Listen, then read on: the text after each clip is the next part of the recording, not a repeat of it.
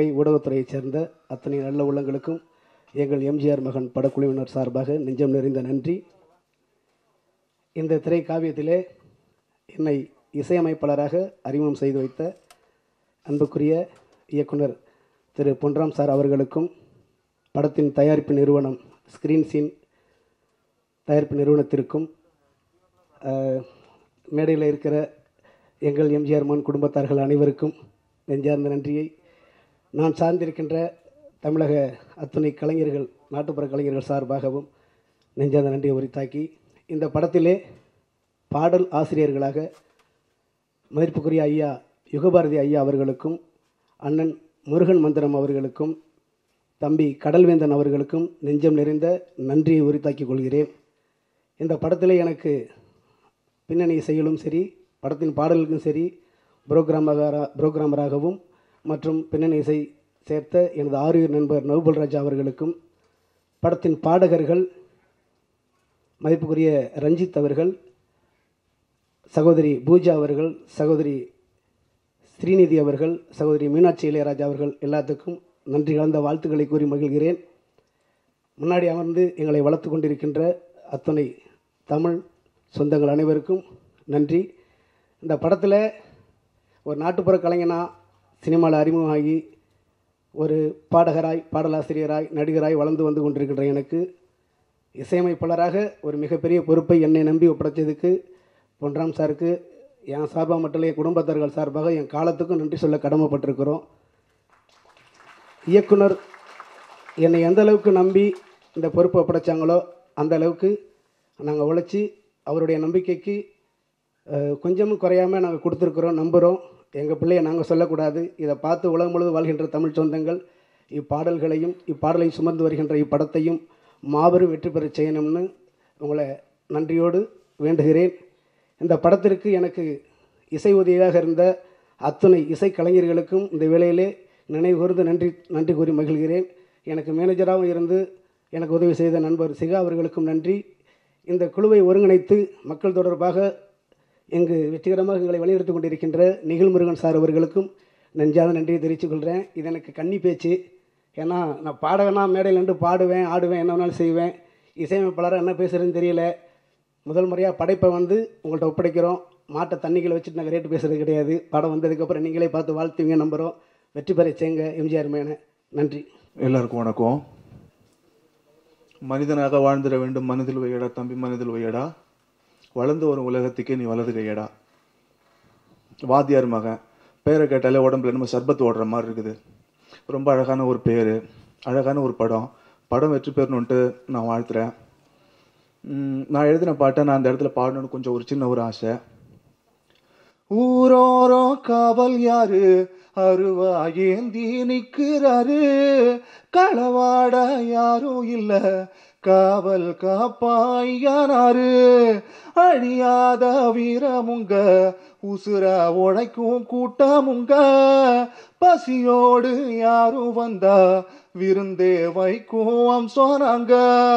நீயும் நானும் வேறு இல்ல வாட பங்காளி கூட்டகலாம், வீசும் காத்தும் பேதம் இல்ல ஊரை ஒன்னாக கொண்டாடலாம்.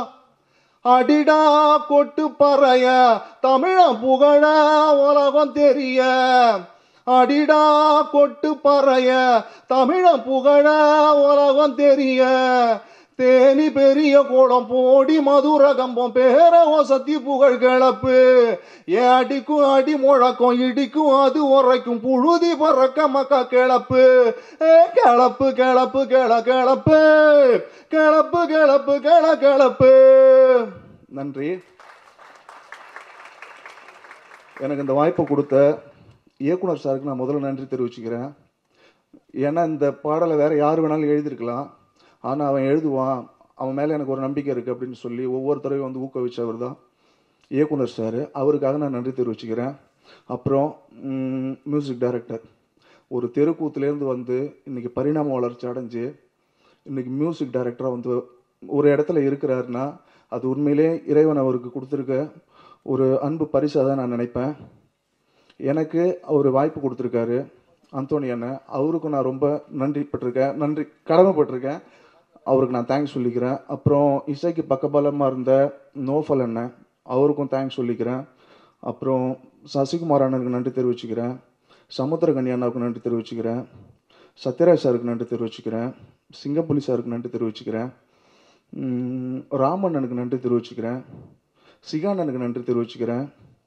மீடியாவுக்கு பணிவான நன்றி தெரிவிச்சுக்கிறேன். வாத்தியார் நாமம் வாழ்க. நன்றி. 10ஆம் வகுப்பு படிக்கும்போது நினைக்கிறேன், அப்போது வந்து அயன் பாக்ஸ் வச்சு தேய்ச்சா வந்து சட்டையில் படத்தை ஒட்டிக்கலாம் அப்படிங்கிற மாதிரியான ஒரு இது இருக்கும்.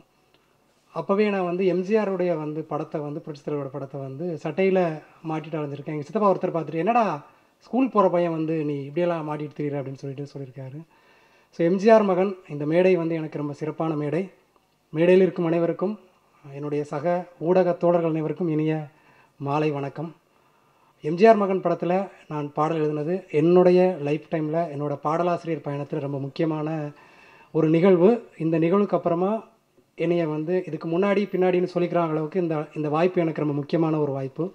இந்த வாய்ப்பை வந்து எனக்கு தந்தது வந்து அந்தோணிதாசன் அண்ணா மூலமாக பொன்ராம் சார் வந்து தந்தாங்க. அந்தோணிதாசன் அண்ணாவுக்கு ரொம்ப ரொம்ப நன்றி. பொன்ராம் சாருக்கு வந்து அதை விட ரொம்ப ரொம்ப ரொம்ப நன்றி. சசிகுமார் சாருக்கு அதை விட ரொம்ப ரொம்ப நன்றி. இந்த 3 பேரும் என்னை ஏற்றுக்கொண்டதற்கு, இந்த மேடையில் இன்றைக்கி நிற்கிறதுக்கு காரணமாக இருந்தீங்க. அதுக்கு ரொம்ப ரொம்ப நன்றி. இந்த படத்தினுடைய தயாரிப்பு நிறுவனம் ஸ்க்ரீன் சீன், அப்புறமா இந்த இசை வெளியிட்டிருக்கிற சோனி மியூசிக், அவங்களுக்கும் ரொம்ப ரொம்ப நன்றி. படத்தோட தொழில்நுட்ப கலைஞர்கள், நடிகர், அப்புறம் என்னோடு இந்த படத்தில் பாடல் எழுதியிருக்கக்கூடிய அண்ணன் யுகபாரதி, பாகமிகு சகோதரன் கடல்வேந்தன், அதுக்கப்புறமா அந்தோணி அண்ணா ஒரு பாட்டு எழுதியிருக்காங்க, அவங்களுக்கும், பாடகர்கள் அந்தோணி அண்ணா, அப்புறமா மீனாட்சி இளையராஜா, பூஜா, ரஞ்சித், எல்லாருக்கும் என்னுடைய வாழ்த்துக்களையும் அன்பையும் தெரிவிச்சுக்கிறேன். 2000 கரெக்டாக ஒரு 12 வருஷத்துக்கு முன்னாடின்னு வச்சுக்கோங்களேன், சுப்பிரமணியபுரம் படம் வரும்போது சசிகுமார் சார் ஆஃபீஸ்க்கு நான் பார்க்க போயிருந்தேன். பாடலாசிரியனா இல்லை, ஒரு பத்திரிகையாளனா நான் பார்க்க போயிருந்தேன், ஒரு பேட்டி எடுக்கிறதுக்காக. தங்கம் அது இதில் நான் வந்து ரிப்போர்ட்டர் கம் எடிட்டராக இருந்தேன். அப்போ பார்க்க போயிருந்தேன். அப்போ ஒரு ஸ்ட்ரிக் ஃபைலில் வந்து எழுதின கவிதைகளை கொஞ்சம் கொடுத்துட்டு, சார் நான் பாடம் எழுதுறதுக்காக முயற்சி பண்ணிகிட்ருக்கேன் அப்படின்னு வந்து சொன்னேன். அப்போது நான் கொடுத்தது, அதுக்கப்புறம் ஒரு 12 வருஷம் கழித்து அது இப்போது நடந்திருக்கு. ஏன்னா ரிப்போர்ட்டராக இருக்கும்போது ஒரு வேலைக்காக போயிட்டு இன்னொரு வேலையை வந்து கேட்கும்போது, ஒரு வாய்ப்பை கேட்கும்போது அது கொஞ்சம் கஷ்டமாக இருக்கும். அதனால் வாய்ப்பு பெரும்பாலும் கேட்குறதில்ல, கேட்டால் கூட அதை ஃபாலோ பண்ணுறதில்ல. ரொம்ப பரபரப்பாக, ரொம்ப ஸ்பெஷலாக சுப்பிரமணியபுரம் படத்தை வந்து ஊரே கொண்டாடிட்டு இருக்க டைமில் நான் வந்து வேலாயுதம் காலனியில் சாரை மீட் பண்ணி அந்த வாய்ப்பை கேட்டது இன்றைக்கி நடந்திருக்கிறது. அது நடக்க வச்சுருக்கிறதுக்கு ரொம்ப சந்தோஷமாக இருக்குது. பாட்டு வந்து ரொம்ப சூப்பராக இருக்குது. ரொம்ப சூப்பரான ஒரு டூயட் சாங். ஏறெடுத்து பார்க்காம என்னென்னு தான் கேட்காம அந்த பாட்டு. பொன்ராம் சார் வந்து ஆஃபீஸில் மீட் பண்ணிவிட்டு அந்த பாட்டு பற்றி ரொம்ப அழகாக என்கிட்ட வந்து கதை சொல்லிவிட்டு, கதையோட சூழலை சொல்லிவிட்டு எக்ஸ்பிளைன் பண்ணாங்க. பாடல் வரிகளை பற்றி என்கிட்ட வந்து கேட்டாங்க. பாட்டுக்குள்ளே திருநெல்வேலி மண் எனக்கு வந்து நெல் பற்றி கேள்விப்பட்டிருப்பீங்க. ஐஆர் 8, ஐஆர் 20 அந்த மாதிரி நெல் வகைகள்லாம் வந்து சின்ன வயசில் கேட்டு சாப்பிட்டு அது கூடவே வளர்ந்த ஒரு பையன் நான் வந்து கிராமத்தில். அப்போ அமைச்சு கோயில்னு ஒரு கிராமம், திருநெல்வேலி மாவட்டம் வள்ளியூர் பக்கத்தில். அப்போ அதெல்லாம் இந்த பாட்டுக்குள்ளே என்னால், அது ஃபோக் அப்படிங்கிறனால எழுத முடிஞ்சுது. தெற்கு திசை காத்தே போடி என்ன சேர்த்தே, ஐஆர் 8 நாத்தே காத்திருக்கேன் யாத்தே அப்படின்னு எழுதியிருந்தேன். அதுக்கப்புறம் ஒரு இடத்துல வந்து, என்னென்னமோ ஆசை எனக்கு என்ன பண்ணுவேன், கண்ணா நானும் பேச நீயும் கேளு சொல்லுறேன், எத்தனையோ கண்ணு என்ன எட்டி பார்க்குது, ஏண்டா நீயும் பார்க்கும்போது சட்டை வேக்குது அப்படின்னு எழுதினேன். சார் வந்து இது நீங்கள் என்ன அர்த்தத்தில் எழுதுறீங்க அப்படின்னு என்கிட்ட கேட்டாங்க. சார் என்ன ரொம்ப அன்பான மனிதர், அவ்வளோ அழகாக ஒரு வளர்ந்து வரக்கூடிய இன்னும் பெருசாகாத ஒரு பாடலாசிரியன்ட்ட அவ்வளோ தன்மையாக பேசணும்னு அவசியம் இல்லை, அவ்வளோ அழகாக வந்து கேட்டாங்க. நான் சொன்னேன், அது எவ்வளோ பேர் பார்த்தா கூட அவங்க பார்க்கும்போதெல்லாம் அந்த பெண்ணுக்கு வந்து பெரிய குறுகுறுப்பு வராது, ஆனால் அவளுக்கு பிடிச்ச ஒருத்தன் பார்க்கும்போது அது பயங்கரமான ஒரு குறுகுறுப்பு அவளுக்குள்ளே வர வைக்கும், அதை தான் நான் வந்து சட்டை வைக்குது அப்படின்னு எழுதியிருக்கேன் அப்படின்னு சொன்னேன். ரொம்ப சந்தோஷப்பட்டாங்க. ரொம்ப ரொம்ப சந்தோஷம் இந்த படத்தில் இருந்தது. படத்துடைய தொழில்நுட்ப கலைஞர்களுக்கு மீண்டும் என்னுடைய வாழ்த்துக்களை சொல்லிக்கிறேன். லைட்டாக இருக்குது, நிறைய பேசியிருக்கேன்னா கூட இன்றைக்கி இந்த மேடையில் இருக்கும்போது லைட்டாக ஒரு பதட்டம் இருக்குது. ஊடக நண்பர்களுக்கு நன்றி. அந்தோணிதாஸ் அண்ணா டீம், நௌஃபல் ராஜா, அப்புறம் சிகா சார், அவங்களுக்கு ரொம்ப ரொம்ப ரொம்ப நன்றி என் கூட இருந்ததுக்கு. எல்லாத்துக்கும் ரொம்ப நன்றி. முடிக்கிறதுக்கு முன்னாடி ஒரு சின்ன விஷயம், இந்த படத்தோட இசையமைப்பாளர் அந்தோணிதாஸ் அண்ணா கூட நான் வந்து செல்ஃபி நிறைய எடுத்துட்டேன். அதுக்கப்புறம் இந்த படத்தோட கதைநாயகன் வந்து சசிகுமார் சார் கூட ஷூட்டிங் ஸ்பாட்டில் போயிருக்கும்போது எடுத்துட்டேன். அதுக்கப்புறமா இந்த படத்தோட கதைநாயகி மிருனாளினி, அவங்க கூடயும் ஷூட்டிங் ஸ்பாட்டில் வந்து ஒரு செல்ஃபி எடுத்துட்டேன். ஆனால் பொன்ராம் சார் கூட ஒரு செல்ஃபி எடுக்கிறதுக்கு எனக்கு கரெக்டாக ஒரு டைம் அமையலை. ஃபஸ்ட் டைம் போகும்போது ஏன்னா பாடல் ஓகே ஆகணும், வரிகள் பிடிக்கணும், அந்த டென்ஷனில் ஃபஸ்ட்டு போனோடனே செல்ஃபி எடுக்கிறதுல உடன்பாடு இல்லை. ரெண்டாவது ரெக்கார்டிங் டைம், அப்பா பாட்டு ஓகே ரெக்கார்டிங் வந்துருச்சு, இப்போ வேண்டாம் அப்படின்னு விட்டாச்சு. மூணாவது டைம் பார்க்கும்போது ஷூட்டிங் ஸ்பாட்டு 1:30 மணிக்கு நைட்டு பாட்டு ஷூட் பண்ணிகிட்டு இருக்காங்க, இப்போ வேண்டாம் அப்படின்னு விட்டாச்சு. வெளியே வந்து கமலா தேட்டருக்கு வெளியே வந்து ஒரு செல்ஃபி எடுத்தேன், அது கரெக்டாக வரலை, பிளராக இல்லை. அதனால் இந்த மேடையில் ரொம்ப முக்கியமான ஒருத்தர் எங்கள் ஊருக்காரர் ஹீரோவாக ஆயிருக்கிறாரு அண்ணன் நிகில் முருகன் அவர்களுடைய பெர்மிஷனோட ஒரே ஒரு செல்ஃபி மட்டும் எடுத்துக்கிறேன். இல்லை நீங்கள் எடுத்து கொடுங்க மீடியா நண்பர்கள். நன்றி நன்றி நன்றி அண்ணா.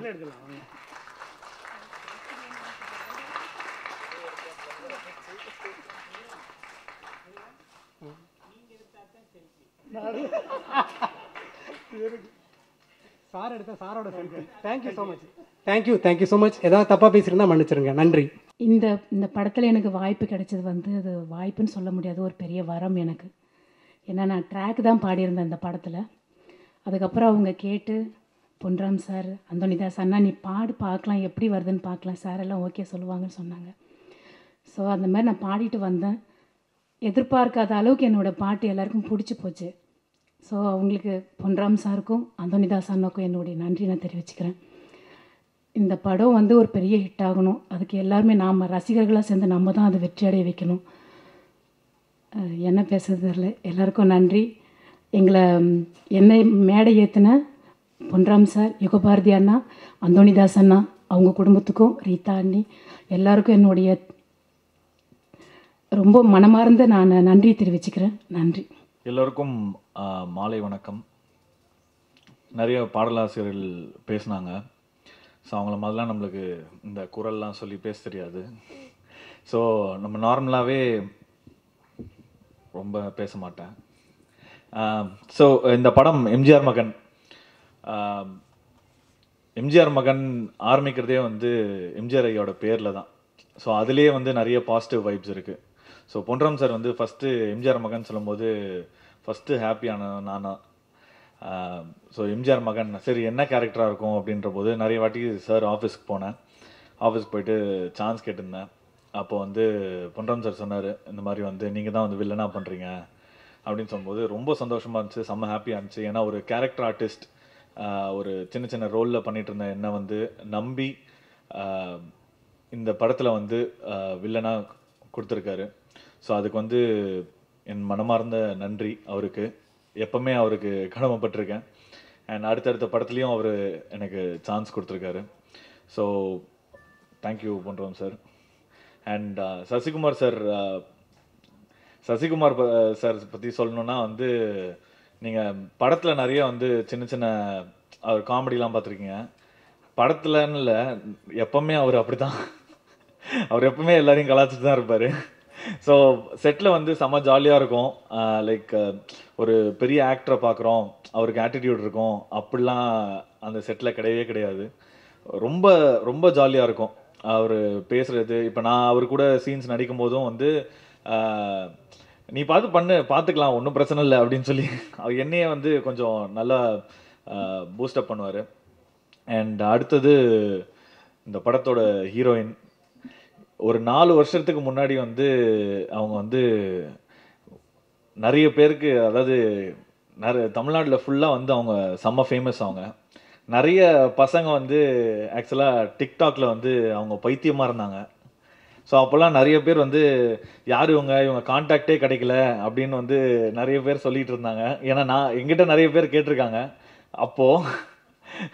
ஸோ அப்போ தான் ஃபஸ்ட்டு ஏதோ ஒரு டிவி சேனலில் நீங்கள் இது வந்தபோது சரி ஓகே இவங்க டிவி சேனலில் வந்துட்டாங்க, இனிமேல் படத்தெல்லாம் வந்துடுவாங்க, ஸோ இவங்க கான்டாக்ட்லாம் வாங்கிடலாம் அப்படின்னு ஒரு பெரிய ஃபேன் பேஸ் உங்களுக்கு இருந்துச்சு. ஸோ அப்படி இருந்தவங்க வந்து இப்போ வந்து அடுத்தடுத்த நல்ல படங்கள்லாம் பண்ணி இப்போது எம்ஜிஆர் மகனில் சசிகுமார் சார் பொன்ராம் சார் காம்பினேஷனில் பண்ணுறாங்க. ஸோ அவங்களுக்கும் நன்றி அண்ட் வாழ்த்துக்கள். அண்ட் கேமராமேன் சார் வந்து எவ்வளோ கஷ்டப்பட்டாருன்னு தெரியும் எங்களுக்கு. செட்டில் எங்களெல்லாம் அவ்வளோ அழகாக காமிக்கிறதுக்கு, அழகாக இல்லைனாலும் என்னெல்லாம் அழகாக காமிச்சிருக்காரு. ஸோ அதனால் வந்து அவருக்கும் நன்றி. அண்ட் சிங்கம்புலி சார் வந்து சொல்லவே தேவையில்லை. இப்போ கூட நீங்கள் ஒரு ரீசெண்டாக இப்போ பார்த்துருப்பீங்க ஒரு 5 மினிட்ஸ் முன்னாடி. அவரும் வந்து காமெடி கிங். காமெடி கிங் மட்டும் இல்லை, ஒரு நீங்கள் சீரியஸ் கேரக்டர் கொடுத்தாலும் சரி, ஒரு என்ன கேரக்டர் கொடுத்தாலும் சரி, அவர் வந்து அவரோட வேலையை வந்து அவர் பர்ஃபெக்டாக செஞ்சுட்டு போவார். ஸோ அவருக்கும் இந்த நேரத்தில் நன்றி. அண்ட் ஆண்டனி தாசன் சார், அவர் குரல் வந்து நிறைய பேர் வந்து அவர் குரலுக்கு வந்து ரொம்ப பெரிய ஃபேன். இந்த படத்தில் வந்து அவர் வந்து மியூசிக் டைரக்டராக வந்து வந்திருக்காரு. ஸோ இன்னும் பெரிய ஃபேன் பேஸ் வரப்போகுது அவருக்கு. நிறைய பாடல்கள் பாடியிருக்காரு. அண்ட் நிறைய, அதாவது நாட்டுப்புற பாடல்கள் எல்லாத்துக்குமே அவர் ஃபேமஸ். ஸோ படத்தில் வந்து நீங்கள் பார்க்கும்போது எல்லா பாடல்களும் வந்து ரொம்ப சிறப்பாக வந்திருக்கு. அண்ட் இப்போ 2 சாங் பார்த்தீங்க, ஸோ அதுவும் ரொம்ப சிறப்பாக வந்திருக்கு. அண்ட் என் படத்துலேயும் வந்து அவர் ஒரு பாடல் பாடியிருக்காரு. ஸோ ரொம்ப நன்றி சார். ஸோ அதான் எம்ஜிஆர் மகன், இது ஒரு ஃபேமிலி ஓரியன்ட் ஒரு மூவி. அண்ட் இது வந்து எல்லாரும் போய் அவசியம் தேட்டரில் வந்து பார்க்கணும். தயவுசெய்து டவுன்லோட் பண்ணி பார்க்காதீங்க. And thank you for everybody. என்னை இங்கே இன்வைட் பண்ணதுக்கும் எனக்கு இந்த வாய்ப்பை கொடுத்ததுக்கும் அனைத்து உள்ளங்களுக்கும் என் நன்றி. Thank you so much. So MGR மகன் ஆக்சுவலி இந்த ஸ்டேஜுக்காக நான் ரொம்ப நாள் வெயிட் பண்ணேன், எப்படா ரிலீஸ் ஆகும் படம். ஏன்னா அவ்வளோ ஒரு சந்தோஷமாக நாங்கள் ஷூட் பண்ணோம்.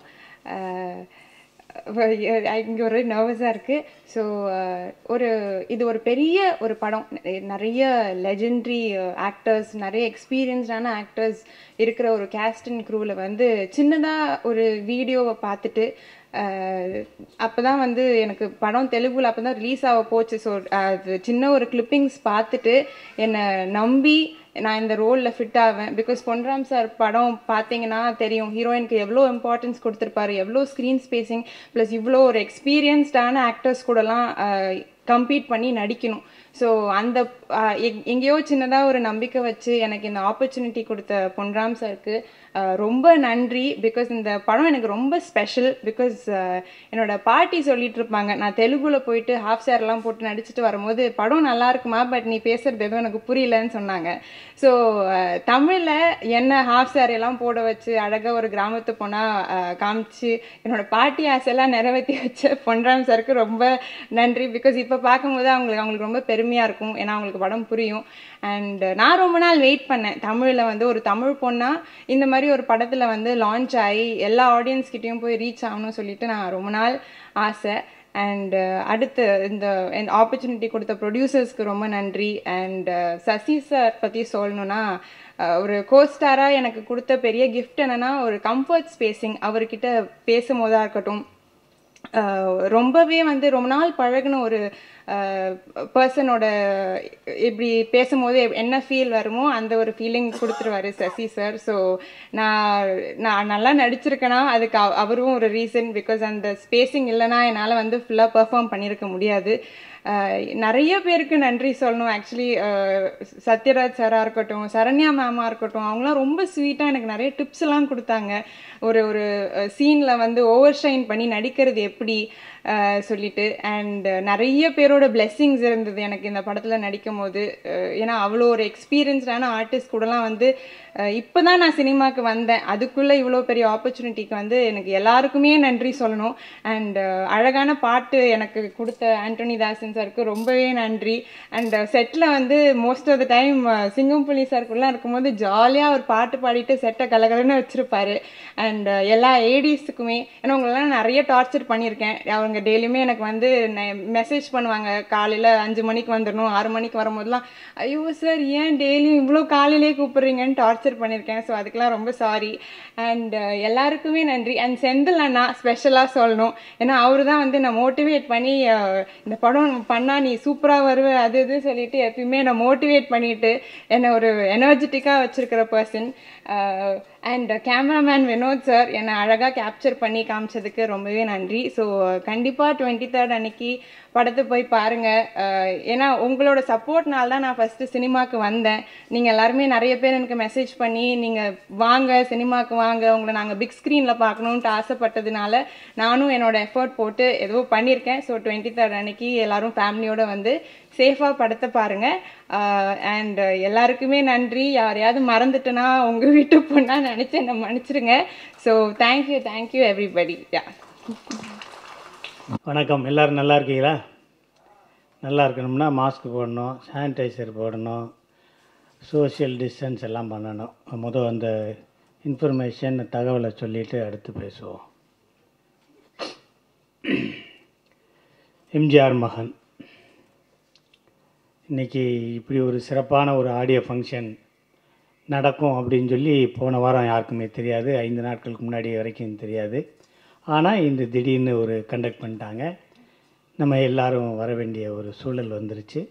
கண்டிப்பாக நம்ம படத்தில் ஒரு கான்ட்ரிபியூஷன், அதாவது பங்கேற்றிருக்கோம், நடிச்சிருக்கோமோ, ஒரு தொழில்நுட்ப கலைஞராக வேலை பார்த்துருக்கோமோ, அந்த ஒரு விழாவை நம்ம கலந்து சிறப்பிக்க வேண்டியது நம்மளுடைய கடமை. அந்த கடமையை மறந்ததுனால தான் இப்போ எல்லாம் அக்ரிமெண்ட்லேயே ப்ரொமோஷனுக்கு 4 நாள்னு கையெழுத்து வாங்கிக்கிறாங்க. அதனால் அதுக்கு இப்போ ஒரு நல்லா இருக்குது, நம்மளுக்கு உடம்பு சரியில்லை கொரோனா அப்படின்னா அவங்கள வீட்டில் விட விசாரிக்க மாட்டாங்க, நம்மளை விட்டுருவாங்க. இருந்தாலும் நம்ம விழாவை சிறப்பிக்கணும் அப்படிங்கிறதான். எனக்கு ஒரு 2 நாளைக்கு முன்னாடி தான் இயக்குனர் பேசினார். அதுக்கப்புறம் ப்ரொடக்ஷனில் பேசினாங்க. நான் ஒரு சின்ன வேறு ஒரு வேலையாக இருந்தேன். இருந்தாலும் நான் போகணும் அப்படிங்கிற ஒரு மனசு எனக்கு சொல்லிச்சு. அதனால் நான் ஒரு முட்டுக்காடு பக்கத்தில் இருந்துட்டு நான் மதியானமே கிளம்பி இங்கே வீட்டுக்கு அப்படியே வந்தேன். ஸோ இந்த எம்ஜிஆர் மகன் அப்படிங்கிற இந்த படம் ஒரு பெரிய வெற்றியை கொடுக்கணும் அப்படிங்கிறது தான் என்னோடய மனசளவில் ஒரு பெரிய எண்ணமாக இருக்குது. பிரார்த்தனைகளில் அதுவும் ஒன்றா இருக்குது. ஏன்னா உங்களுக்கெல்லாம் தெரியாது, நான் 95 சுந்தர்சி சார்கிட்ட நான் அசிஸ்டன்ட் டைரக்டராக முதல் படம் அருணாச்சலம்ங்கிற படத்தில் நான் வேலை பார்த்தேன். ஃபஸ்ட்டு படம் ரஜினி சார் படம், சுந்தர்சி சார்கிட்ட நான் அசிஸ்டண்ட்டாக வேலை பார்த்தேன். அப்போ அதுக்கு அடுத்த படங்கள்னு லட்சுமி மூவி மேக்கர்ஸ் அப்படிங்கிற ஒரு பெரிய கம்பெனி, அந்த கம்பெனியில் எங்கள் டைரக்டர் அடிக்கடி படம் பண்ணிகிட்டு இருப்பார். அந்த கம்பெனியில் தான் ஃபஸ்ட்டு நான் பொன்ராம் சாரை, தம்பி பொன்ராமை 96 பார்த்தேன் நான். அப்போ இருந்தே என்ன பண்ணணும் அப்படின்னா டைரக்ஷன் பண்ணணும் அப்படிங்கிற எண்ணம் இருந்துச்சு. So our company side Kannan ஒருவான் படத்தில் நான் கதை வசனம் எழுதுன 96, 97 நம்ம Karthik sir, senior Karthik sir நடித்த படத்தில் அவர் உதவி இயக்குனராக அந்த படத்தில் வேலை பார்த்தார். அதுக்கப்புறம் நாட்கள்லாம் போய் மிகப்பெரிய வருத்தப்படாத வாலிபர் சங்கம் வெற்றி இயக்குனராக அவர் இங்கே முன்னாடி நிற்கிறாரு. நேற்று வரைக்கும் அவர் விஜய், இன்றைக்கி கரண்ட்டில் பீக்கில் இருக்க சசிகுமார் சார்லேருந்து விஜய் சேதுபதி சார் வரைக்கும் இன்றைக்கி தம்பி படம் பண்ணிக்கிட்டு இருக்காருன்னா அது மிகப்பெரிய உழைப்பு அதுக்கு பின்னாடி இருக்குது. அந்த உழைப்புக்கு முன்னாடி நம்ம கவிஞர் செல்ஃபி எடுக்கணும்னு ஆசைப்பட்டது உண்மையிலே சந்தோஷமான விஷயந்தான். ஆமாம், நேற்று வரைக்கும் உழைச்சிக்கிட்டு இருக்காரு, இனிமேலும் உழைப்பார். நிறையா பேருக்கு வாய்ப்பு கொடுத்துருக்காரு. அந்த வாய்ப்பு அவர் அவங்கெல்லாம் பேசும்போது அவ்வளோ கிளிட்டரிங்காக, கண்ணுக்குள்ளே ஈரமாக அவர் பேரை சொல்லி நன்றி சொல்லும்போது எனக்கே புலங்காயுதம் படுற மாதிரி இருக்குது. ஸோ ஒரு மனுஷன் தான் மட்டும் வாழணுங்கிற பெரிய விஷயம் இல்லை, தன்னை சார்ந்திருக்கவங்களையும் அந்த சொசைட்டியும் கூட்டுட்டு போகிறாரு, அழைச்சிட்டு போகிறாரு அப்படிங்கிற ஒரு விஷயம் பொன்ராம்கிட்ட எனக்கு ரொம்ப ஒரு பிடிச்சிருக்க விஷயம். அது இன்னொரு பிடிக்காத ஒரு விஷயமும் இருக்குது. என்ன விஷயம்னா அது அன்பாக பிடிக்காத விஷயமா இருக்குது. வருத்தப்படாத வாலிபர் சங்கத்தில் நம்ம இல்லை, ரஜினி முருகனில் நம்ம இல்லை, இப்போ எடுத்திருக்க விஜய் சேதுபதி படத்தில் நம்ம இல்லை, தேனி பெரிய குளம் கம்பம் சின்னம்னூர்னு பாட்டு எழுதும்போது இடையில இவன் ஊர்க்காரன் வர்றானே நம்மால் இருக்காப்லே அப்படிங்கிற மாதிரி வரும்போது நம்மளை போட்டிருக்காரு அப்படின்னு நினைக்கிறேன். ஸோ இது என்னவா போட்டிருக்காருன்னா, வெளி கம்பெனியில் படம் பண்ணும்போது வேறு யாரெல்லாம் போடுறாரு, ஆனால் நம்ம படம் போடும்போது அண்ணன் இருக்கணும்னு நினைக்கிறாரு. அப்போ நம்ம உருத்தான ஆளா இல்லை தூரமான ஆளா? நம்ம கம்பெனியில் படம் பண்ணும்போது அண்ணன் இருக்கணும் அப்படின்னா, கம்பெனின்னு வரும்போது தம்பி அண்ணன் ஞாபகம் வச்சுருக்காரு அப்படின்னு நினைக்கிறாருன்னா அவர் தொடர்ந்து சொந்த படமாக எடுக்கணும்னு ஆண்டவரை வேண்டிக்கிறேன். சசிகுமார் சாரும் அப்படி தான் நம்ம எடுத்துக்கிட்டே இருந்தார். பிரச்சனைகள் பெருசாக இருக்குன்னு கொஞ்சம் தள்ளி போட்டிருக்காரு. இருந்தாலும் அடிக்கடி சொந்த படமாக எடுக்கணும். இங்கே வராத சத்யராஜ் சாரும் படமே இப்போ எடுக்கிறதில்ல. அவருக்கும் வந்து வாட்ஸ்அப் அனுப்புவோம், நீங்களும் சொந்த படம் எடுங்கன்னு. ஏன்னா சொந்த படம் எடுத்தால் தான் நம்ம போவோம்னா, நீங்கள் சொந்த படம் எடுங்க. பிரச்சனை வருதோ பிசாசு வருதோ அதெல்லாம் அப்புறம் பார்த்துக்கலாம். நீங்கள் சொந்த படம் எடுக்கணும் அப்படிங்கிறது தான் என்னோட எண்ணம். இன்னும் இருக்குது. அதனால் இப்போ எனக்கு என்னென்னா, நான் வந்து முதல்ல உதவி இயக்குனராக சேர்ந்தது சுந்தர்சி சார்கிட்ட. ஆனால் இந்த கதை எப்படி வரணும், இந்த படம் எப்படி எடுக்க போகிறோம் அப்படின்னு சொல்லி 92லேருந்து அலையாத கம்பெனியில், அதுதான் மிகப்பெரிய தமிழ் சினிமாவின் ட்ரெண்டவே உடைச்சி போட்ட படம் சேதுன்னு ஒரு படம். அது 92லேருந்து நான் இயக்குனர் பாலா அவர்களோட கூட இருக்கேன் நான்.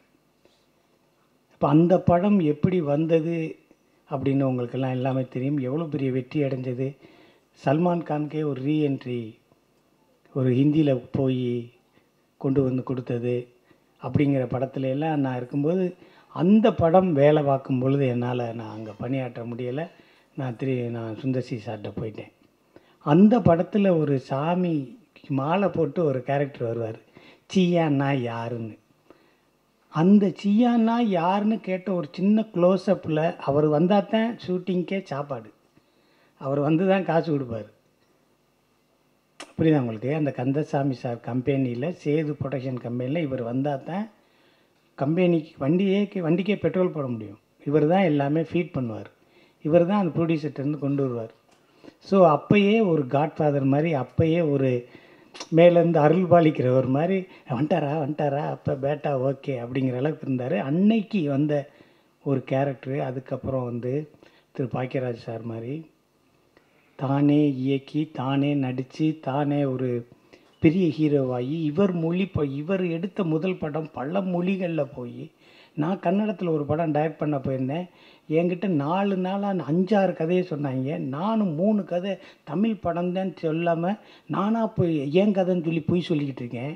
ஆனால் அந்த ஆளையை கூப்பிட்டு இந்த மாதிரி ஒரு படம் பண்ணணும்னு இவர் படத்தை காட்டும்போது தான் நம்மளுக்கு சரி நம்ம கிளம்பிடுவோம், ஒசூர் வழியாக போகுது பஸ்ஸு, நம்ம ஊருக்கு கிளம்பிடுவோம் அப்படின்னாலும் சுப்பிரமணியம் போய் பாருங்கள் சார் என்ன குத்தும், பாருங்கள் சார் அந்த பாறையில் எப்படி விழுகிறான் பாருங்கள் சார், பழைய கங்கேமரம் பாட்டு சார் எப்படி எடுத்திருக்காங்க பாருங்கள் சார், நீங்கள்லாம் அந்த ஊர்லையா சார் திருப்பி வந்தீங்க அப்படின்னாங்க. சரி நம்ம காவேரிப்பட்டினம் வரைக்கும் போய் அங்கேருந்து கூட நடந்தே போயிடுவோம் அப்படிங்கிற அளவுக்கு நம்மளுக்கு ஒரு தம்பி தான் எனக்கு. அவர் ரொம்ப ஜூனியர். அவர் அப்போ வந்து நந்தாவில் தான் உதவி இயக்குனராக இருந்து அதுக்கப்புறம் வந்தார். நான் தம்பின்னு கூப்பிட்றதுல ரொம்ப ஆசைப்படுவேன் நான். அந்த அளவுக்கு வந்திருக்காருன்னா அதுக்கும் மிகப்பெரிய உழைப்பு ஒன்று இருக்குது. ஸோ முருகன் மந்திரம் சார், அவர் கூட இன்னொரு செல்ஃபி எடுங்க, என்ன ஹீரோ சார் கூட இன்னொன்று எடுங்க. அதுக்கப்புறம் வந்து ஒரு சைனா கம்பெனிலேருந்து நம்ம சாங்கெல்லாம் லோட் பண்ணிடுவாங்க ஒரு ஆப். அந்த ஆப்பில் நம்ம சாங்கெல்லாம் ஆகும்னா அந்த சாங்குக்கு பேரெல்லாம் வாயசைச்சு உடல் மொழியில் ஏதாவது ஒன்று பேசி அதை ஒன்று அனுப்பணும். அதை வந்து பொது வழியில் விடுவாங்க, சோசியல் மீடியாவில் வரும். அதை பார்த்து ரசிக்கணும், அதுக்கு லைக் பண்ணணும், அதுக்கு ஃபாலோவர்ஸ் வரணும். அடுத்து அவங்க எப்போ விடுவாங்கன்னு எல்லாம் எதிர்பார்க்கணும். அவங்க ஒரே மாதிரி ஒரே ட்ரெஸ்ஸில் விட முடியாது, வேறு ட்ரெஸ்ஸு வாங்கி போடணும். ஒவ்வொரு பாட்டுக்கும் வேறு ட்ரெஸ்ஸு போடணும், வேறு லொக்கேஷன், வேறு பேக்ட்ராப்பு, வேறு ஹேர் ஸ்டைலு, வேறு மேக்கப்பு. இது மெனக்கடணும். இதில் 5 பைசா பிரயோஜனம் கிடையாது. ஆனால் யாராவது பார்க்கணும். இதில் ஏதாவது பார்த்தா காசு கொடுப்பாங்களா? காசும் கிடையாது. ஜிபி போகும், ஏர்டெல்லில் ரீசார்ஜ் பண்ணோம், ஜியோ போகும், வீட்டில் வைவாங்க. அந்த பிள்ளை சரியில்லைங்க, எப்போ பார்த்தாலும் செல்லை வச்சுக்கிட்டே இருக்குதுங்க. எங்கள் பொம்பளை பிள்ளை நடு வீட்டுக்குள்ளே கதவை பூட்டி ஆடலாமாங்க? என்னங்க இது என்னங்க இருக்குது, நல்லாவா இருக்குன்னு சொல்லி இப்படிலாம் பேசிக்கிட்டு உடைச்சி ஒரு சமூகத்துலேருந்து வெளியே வந்து டிக்டாக்லேருந்து பார்த்து பாருங்கள், என் தம்பியெல்லாம் கான்டாக்ட் பண்ண முடியான்னு அழுதாரு பாருங்க. எப்படி நாங்கள் என்ன பண்ணுறது, எங்கள் இளைஞர் சமுதாயம் என்ன பண்ணுறது? நானும் 4 வருஷமாக அலைஞ்சேன். அப்புறமேல் சினிமாவுக்கு வந்தது நிம்மதி. எப்போது எனக்கு என்னமோ 2 வருஷமாக தான் தூங்குறாருன்னு நினைக்கிறேன். தயவுசெய்து உங்கள்கிட்ட 3 நம்பர் 4 நம்பர் இருந்தாலும் தம்பிகிட்ட கொடுங்க. ஏன்னா இப்போ டிக்டாக்கையும் க்ளோஸ் பண்ணிட்டாங்க. புரியுதுங்களா உங்களுக்கு? டிக்குன்னு ஏதாவது ஒன்று வந்தாத்தான் இனி சினிமாவில் வந்ததுக்கப்புறம் அது வேண்டாம்ல. புரியுங்களா? இவங்க சாங்கவே நம்ம பார்த்துக்கலாம். இப்போ நம்மெல்லாம் டிக்டாக் போட்டோம்னா அங்கே உள்ளே ஏதாவது ஜூனியர் ஆர்டிஸ்ட்டுக்குள்ளே போய் சார் என் கூட டிக்டாக் பண்ணுறீங்களா சார் அப்படின்னா வாங்கம்மா அப்படின்னு நம்ம போட்டேன். வா வா வாத்தி யாருன்னு ஒரு பிள்ளை என் கூட சேர்ந்து நான் நடந்து போனேன். வீட்டில் 3 நாள் கஞ்சி இல்லை. என்ன அவள் பாட்டு பாடிக்கிட்டே போகிறேன், நீ பின்னாடி இழிச்சிக்கிட்டே போகிற. இல்லைம்மா டிக்டாக் அப்படியே போட்டு நீ தான் நடிகன் ஆகிட்டே, அப்புறம் என்ன உனக்கு டிக்டாக் இல்லை ட்ரெண்டில் இல்லைன்னா என்னவா போய் சேர்ந்துட்ட, பேசாமல் 4 வீட்டில் இரு. புரியுங்களா உங்களுக்கு? ஸோ அந்த ஒரு மீடியாவிலேருந்து அங்கே வந்து ஒரு ஷார்ட் ஃபிலிமெல்லாம் பண்ணி ஹீரோவை இம்ப்ரெஸ் பண்ணி ப்ரொடியூசர் இம்ப்ரெஸ் பண்ணி ஒரு டைரக்டர் ஆகிறாங்க. அப்படிங்கிறத விட நம்ம ஒரு கதை பண்ணியிருக்கோம், ஒரு 15 செகண்டில் வர்ற பொண்ணு எப்படி கரெக்டாக வரும் அப்படின்னா, இப்போ கேள்விப்பட்டேன் சசிகுமார் சார்கிட்ட பேசிகிட்டு இருக்கு. நீ என்னம்மா பண்ணுறேன்னு கேட்டார். பயப்படுற மாதிரி பேசுது, கோபுராங்குது. ஒரு படம், பெரிய படம். அதுக்கப்புறம் இன்னொரு படம் சொல்லிச்சு பாருங்கள். ஸோ அதுக்கும் மிகப்பெரிய உழைப்பு. இந்த உழைப்பெல்லாம் சாதாரணமெல்லாம் வரவே வராது. நீங்கள் வந்து டே டு டே நீங்கள் எல்லாம் போராடிக்கிட்டே தான் இருக்கணும். ஸோ அவங்களுக்கும் அந்த உழைப்புக்கு பக்கத்துலேயும் எனக்கு இன்றைக்கி கவிஞர் சிக்கிட்டார் முருகன் மந்திரம். அதனால் அவரை செல்ஃபி நிறையா பேர்த்து எடுக்க சொல்லிக்கிட்டே இருக்கணும். அப்புறம் ஒரு தடவை மணப்பாறையில் ஒரு ஃபங்க்ஷனு. அந்த ஃபங்க்ஷனுக்கு நீங்கள் வாங்க வாங்க வாங்க வாங்க பேசலாம்ல, வாங்க வாங்கன்னு சொல்லி கூப்பிட்டாங்க. நானும் அங்கே போனோடனே திருப்பி ஃபங்க்ஷனில் டான்ஸ் ஆடுங்கன்னாங்க. நானும் சரி அப்படின்னு சொல்லி நானும் டான்ஸ் ஆடினேன். நான் டான்ஸ் ஆடுறத ஒரு ஆள் வீடியோ எடுத்தார். அவர் வீடியோ எடுக்கிறாரு அப்படின்னேன். அவர் எடுப்பார் சார், அவர் எடுக்கட்டும், இவர் எங்கேயோ பார்த்த மாதிரி இருக்குது அப்படின்னேன். அவர் பார்த்த மாதிரி தான் சார் இருப்பார், நீங்கள் எடுங்க சார்னார். அப்புறம் அவரையும் கூப்பிட்டு ஆட சொன்னாங்க. அவர் லேசாக ஒரு மூமெண்ட்டு போட்டு அப்படி உட்காந்து கேட்கன்னு சிரித்தார். சிரிச்சிட்டு முடிஞ்சோடனே அதுக்கடையில் அவர் லேசாக பாடுற மாதிரி இருந்துச்சு. அப்புறம் பாடலை. அவங்க என் கூட ஒரு 2-3 பொண்ணுங்கள்லாம் டான்ஸ் எல்லாம் ஆடினாங்க. ஆடி முடித்தோடனே காரில் ஏறும்போது அவர் வந்தார். வந்து ஏன் சார் அந்த 2 பொம்பளையில் நீங்கள் கரெக்ட் பண்ணிட்டீங்களான்னு கேட்டார். இல்லையே அப்படிலாம் ஒன்றும் இல்லையே, அன்பாக ஆடுனேன் அப்படின்னு. இல்லை சார் எனக்கு தெரியும் சார் நீங்கள் ஆட வரல, ஃபங்க்ஷனுக்கு வரல அப்படின்னார். அவர் தான் அந்தோணிதாஸ். அவர் தான் மணப்பாறை ஃபங்க்ஷனில் நான் பாட்டுக்கு ஆடும்போது நதாதனம் ஆடினேன். 2வது பாட்டுக்கு ஆடும்போது வித் ஹெல்ப் ஆஃப் டாஸ்மார்க்கு அதுக்கு ஆடினேன். அப்போ எப்படி ஆடிருப்பேன்னு தெரியலை. இன்னும் அது கசியலை. அது எப்போ கசிய போகுது கேவலப்பட போகிறேன்னு தெரியலை. ஆனால் அப்படி கசிஞ்சிச்சின்னா இந்த ஆள் மேலே காப்பி ரைட்டு போட்டு வேறு பொண்ணில் வச்சுருக்கீங்க. நீங்கள் போர்வை மாஸ்க்குன்னு போர்வை போட்டு வரும்போதே தெரியுங்க நீங்கள் வச்சுருக்கீங்க. புரியுங்களா உங்களுக்கு? அப்போ நான் பார்த்தேன். அப்போ என்கிட்ட சொன்னார், இந்த மாதிரி இசையமைப்பாளர் வாய்ப்பு வரப்போகுதுன்னே, கூடிய சீக்கிரத்தில் வந்துடும். ஆனால் நான் இசையமைப்பாளர் ஆகிறதுக்கு அந்த படத்தில் நீங்கள் இருக்கிற மாதிரி எனக்கு பேசிக்கிறாங்கண்ணே. என்ன படம்யா? இல்லைண்ணே நான் சொல்லக்கூடாதுண்ணே, இயக்குனர் தானேண்ணே சொல்லணும், நான் எப்படின்னே நான் சொல்கிறது அப்படின்னு சொன்னார். நீங்கள் கரைந்து போன திட்டா எங்கேயோ ஒட்டிக்கிட்டு இருக்க தமிழ் வார்த்தைகள்லாம் அந்தோணிதாஸ்கிட்ட தான் இருக்கும். நீங்கள் அங்கே தான் இருக்கும். இப்போ நீங்கள் ஊதா கலர் ரிப்பன்னு, யார் அப்பன்னு, நம்ம பேசலாம். சின்ன வயசில் ரிப்பன் எங்களுக்கு அப்பன் அப்படின்னு சொல்லி நம்ம பேசலாம். ரிப்பன் பில்டிங் கட்டியிருக்காரு, அந்த ஆங்கிலேயர்கிட்டருந்து அங்கேருந்து வந்த ஒரு லெஃப்டினன்ட் கவர்னராக வந்தார்ல ரிப்பன், ராபர்ட் கிளைவ், வெல்லஸ்லி பிரபு, கிளைவ்ல எல்லாம் வந்தாங்களே, அந்த ஆர்டரில் வந்தவர் ரிப்பன் நம்மளுக்கு ரொம்ப க்ளோஸ்டாக இருந்தார். ஸோ ரிப்பனை நம்ம அப்பன் மாதிரி பார்த்தோம். அதை நம்ம பேசுனதை பாட்டாக எழுதுகிற அளவுக்கு உதவி பண்ணினவர். அந்த அளவுக்கு அங்கேருந்து இருக்கார். இன்றைக்கி தேனி பெரிய குளம் அப்படிங்கிறதுல நீங்கள் ஒரு பாடல்கள் எழுதியிருக்கீங்க. நீங்களும் கலங்காதீங்கம்மா, உங்களுக்கு மிகப்பெரிய ஒரு லைஃப் இருக்குது. ஒரு பெரிய உன்னதமான ஒரு வழி, இதை விட உயரமான பிளாட்ஃபார்ம்லாம் உங்களுக்கு கிடைக்கும். இந்த தமிழ் சினிமா உங்களை வச்சு கொண்டாடும். நீங்கள் பெருசாக வருவீங்க. தம்பி முருகன் மந்திரம் நான் சொல்கிறேன் கேளுங்க, நீங்கள் பாட்டு எழுத போங்க. இப்போ நான் வேலாயுதங்கலைக்கு போய் சாரை போய் பார்க்க போகிறேன் அப்படின்னா செல்ஃபி எடுக்கல, அதுக்கு தான் செல்ஃபி எடுக்கணும். அடுத்த கம்பெனி போனால் செல்ஃபி எடுத்துட்டு உங்களை அனுப்பிச்சிடுவாங்க. சார் செல்ஃபி எடுத்து தான் வந்திருக்காரு, பாட்டு கேட்டு வரலன்னு. பாட்டு கொடுங்க, அதுக்கப்புறம் செல்ஃபி எடுப்போம்னு சொல்லுவேன். புரியுதுங்களா உங்களுக்கு? இப்போ நான் ஒன்று சொல்கிறேன். ஒரு 60 ஆண்டு 70 ஆண்டுகளுக்கு முன்னாடி தமிழ் திரையுலகத்தில் பாடல்கள்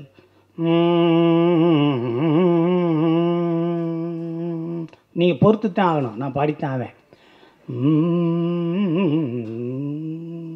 மதனம் தீர்க்கலி. இதெல்லாம் என்ன ஆகும்னே தெரியாது, எங்கே போகும்னே தெரியாது, இந்த பாட்டு எப்போ முடியும்னே தெரியாது. அப்போ ஊரில் இருக்கவங்கெல்லாம் என்ன நினச்சாங்க, இதெல்லாம் வேற போல, மதனமோ சந்திர பிம்பமோ அப்படிங்கல இதெல்லாம் யாருக்கும் தெரியாது. அவன் சாக்கடையவே ரேன்ஸுன்னு சொல்லிக்கிட்டு இருக்கான். அப்பே ஆத்தா வந்தால் சோத்த போடுன்னு இருக்கான். அவனுக்கு இதெல்லாம் தெரியாது. இந்த கர்நாட்டிக்கா ஹிந்துஸ்தானியா என்னன்னு தெரியாது. சந்தத்துக்குள்ளே எழுதுறதா எவ்வளோ லென்த்தில் எழுதுறதுன்னு தெரியாது. அப்போ பாடலாசிரியர்கள் கம்மி.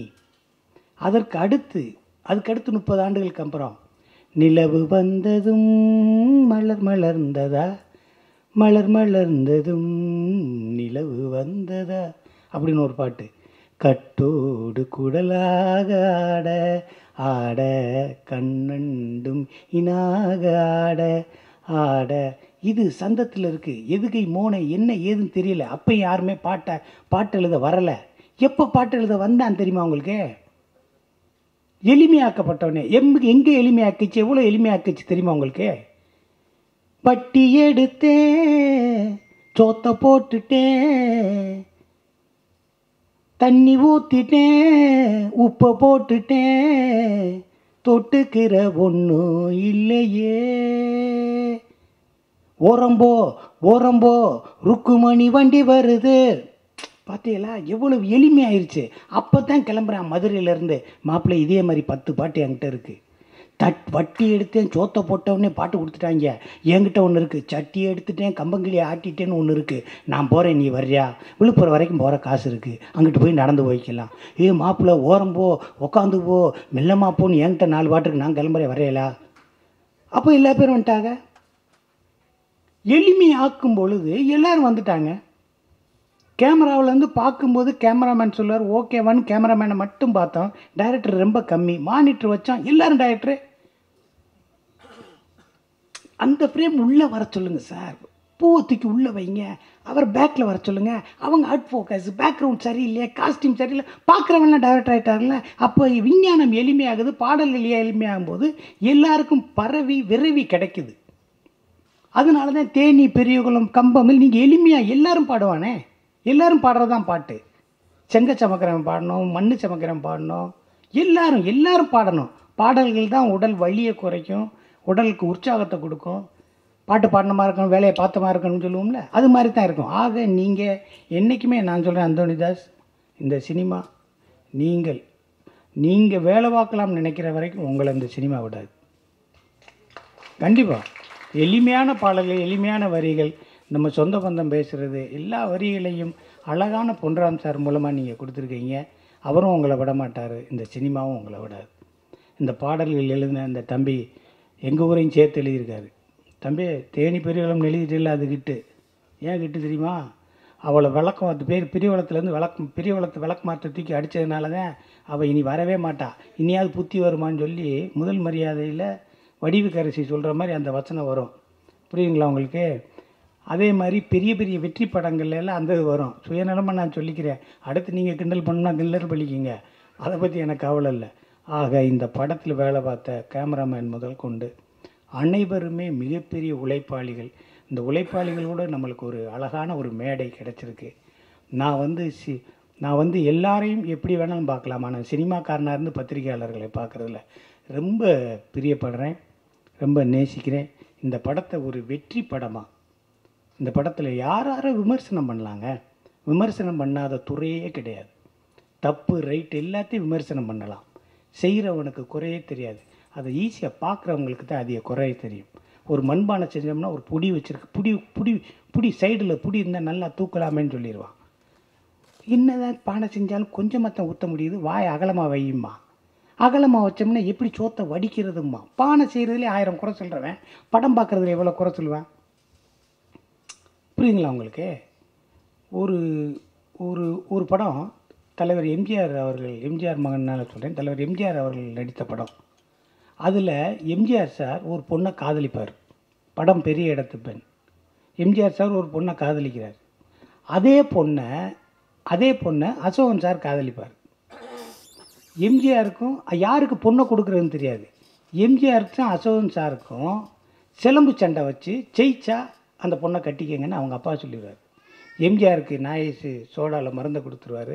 மயக்க மருந்து குடித்ததுனால அவர் சிலம்பாட்டத்தில் தோல்வி அடைஞ்சிருவார். அந்த பொண்ணை அசோகன் கட்டிக்கிடுவார். எம்ஜிஆர் கட்ட வேண்டிய பொண்ணை அசோகன் கட்டிட்டார். அப்போ எம்ஜிஆர் சார் அசோகன் சார் என்ன ரிலேஷனு? யாராவது சொல்லுங்கள். நான் கட்டுற பொண்ணை இப்போ இன்னொருத்தர் கட்டிட்டாரு, சாகலை, அண்ணன் தம்பி தானே. இப்போ அசோகன் சார் தங்கச்சி சரோஜா தேவிங்க. அவரை ஃபஸ்ட் ஸ்டாப்பில் சொல்லார், இந்த நிலம் பூமி ஆகாயம் சாட்சியா அந்த பிள்ளைய நான் கட்டுவேன் பாருங்க. திரும்பி உங்களுக்கு கட்டினார். படம் ஓடிருச்சு. ஆனால் அது அந்த அடுத்த வீட்டு பிள்ளை, வேறு வீட்டு பிள்ளை, அங்கே முறை வேலை பார்க்காது. ஆனால் அந்த படத்தவே தமிழ் சினிமாவில் அதிகமாக நேசித்து படத்தையும் சினிமாவையும் மக்களையும் குடும்பத்தையும் பிரித்து பார்க்காதவர்கள் சொன்னது. அது எப்படி அங்கே கட்டினாங்க, அது எப்படி கட்டினாங்க, அதெல்லாம் கட்டலாமே, ஒன்றும் பிரச்சனை இல்லையான்னு சொல்லி இதெல்லாம் மறந்துட்டாங்க. இந்த அளவுக்கு உத்து நோக்குற ஏரியாவிலேருந்து நம்ம வந்திருக்கோம். சினிமாவை தூரமாக வச்சு பார்க்காம உத்து நோக்கி ஒரு கலாச்சாரத்தோடு நம்ம வந்திருக்கோம். ஆக இந்த படம், இந்த வெற்றி படம், இந்த படத்தில் இருக்க சமுத்திரக்கனி சாராக இருக்கட்டும், எல்லாருக்கும் மிகப்பெரிய உயரங்களை அவங்கெல்லாம் தொட்டுட்டாங்க. அவங்க எல்லா வெற்றி எல்லாத்தையும் பார்த்தாச்சு, எல்லா லெவலையும் பார்த்தாச்சு. இது மேற்கொண்டு அவர்களுக்கு மிகப்பெரிய ஒரு ஒரு வரப்பிரசாதமாக இந்த எம்ஜிஆர் மகன் அப்படிங்கிறத அமையணும். இந்த படம் ஆரம்பித்ததுலேருந்தே டைரக்டர்கிட்ட நிறையா பேர் கேட்டாங்க, இதுதான் டைட்டிலா, இதுதான் டைட்டிலா, இதுதான் டைட்டிலான்னு. ஆனால் அவர் இதுதான் டைட்டில் அப்படின்னாரு. கடைசி வரைக்கும், இன்று வரைக்கும் கமலா தேட்டர் வரைக்கும் கொண்டு வந்து சேர்த்துருக்கார். அவருடைய ஒரு அழகான முயற்சிக்கு, ஒரு அற்புதமான முயற்சிக்கு, விடாமுயற்சிக்கு பெரிய வெற்றியை கிடைக்கணும்னு சொல்லி உங்கள் மூலமாக நிறையா வேண்டிக்கிட்டு நன்றி, வணக்கம். இங்கே வருகிருந்திருக்கும் அனைத்து ஊடக நண்பர்கள் அனைவரையும் வருக வருக என வரவேற்கிறேன். ரொம்ப நாள் இந்த மேடைக்காக நானும் காத்திருந்தேன். கால சூழல் நம்மளை இப்படியே புரட்டி போட்டுருச்சு. 1.5 வருஷம் எப்படி போச்சுன்னே தெரியல. நம்மளும் மீண்டு வந்திருக்கோம். இப்போ மறுபடியும் திரும்பியும் பயமுறுத்துறாங்க. ஆனால் வராதுன்னு ஒரு நம்பிக்கையோடு இருப்போம். நம்ம ஊரோடைய எதிர்ப்பு சக்தி, நோய் எதிர்ப்பு சக்தி நம்மகிட்ட பேசிக்காகவே நல்லான்னு சொல்லுவாங்க. இந்த படத்தில் ஒரு கான்செப்டாக தான். ஸோ நாட்டு வைத்தியத்தை இந்த படத்தில் சொல்லணும்னு ஆசைப்பட்டேன். எவ்வளோ வைத்தியம் வந்திருக்கு. ஒரு கட்ட வண்டியில் ஒரு சக்கரை இருக்கும். அந்த சக்கரத்துக்கு அப்புறம் தான் வீல் வந்துச்சு, அதுக்கப்புறம் தான் டயர் வந்துச்சு. அது இன்னும் மாறவே இல்லை, அது அப்படியே தான் இருக்குது. அதை நம்புகிறவங்க நம்ம நாட்டு வைத்தியத்தை நம்ப மாட்டுறாங்க. அது ஏதோ அப்படி சொல்லி ஒரு காரணத்தை சொல்கிறாங்க, வேறு வைத்தியத்தை கொண்டு வரணும் அப்படின்றாங்க. ஸோ இந்த கட்ட வண்டி சக்கரத்தை நம்புகிறவங்க இதையும் நம்பி தான் ஆகணும். இதுவும் நம்ம மூதாதையர்கள், அதாவது நம்ம நாட்டு வைத்தியுடைய முதல் கடவுள் யாருன்னா முருகன் சொல்லலாம். அவர் தான் மருத்துவர். ஸோ அவர் கண்டுபிடிச்ச இந்த வைத்தியம் நம்மளை விட்டு போகக்கூடாதுங்கிறது தான் என்னுடைய கான்செப்ட்டு. அதுதான் இந்த படத்தில் சொல்ல வந்தேன். அதே சமயத்தில் இந்த கொரோனா காலத்துலேயும் அந்த வைத்தியம் தான் நமக்கு எல்லாம் ஹெல்ப்ஃபுல்லாக இருந்திருக்கு. அதை யாரும் மறக்க முடியாது. ஸோ இந்த படத்தில் ஒரு நாட்டு வைத்தியராக சத்யராஜ் சார் நடிச்சிருக்காங்க. அவருடைய பையனாக சசிகுமார் சார். ஸோ அப்பா பையனுக்கும் ஒரு சின்ன உறவு இருக்கும். ஊரில் பார்த்தீங்கன்னா ஒரு சின்ன விஷயத்தில் பேச மாட்டாங்க, சண்டை போட்டுக்கலாம், பேசுவோம். இது எங்கே நடக்கும்னா கரெக்டாக 17 வயசுக்கு மேலே நடக்கும்.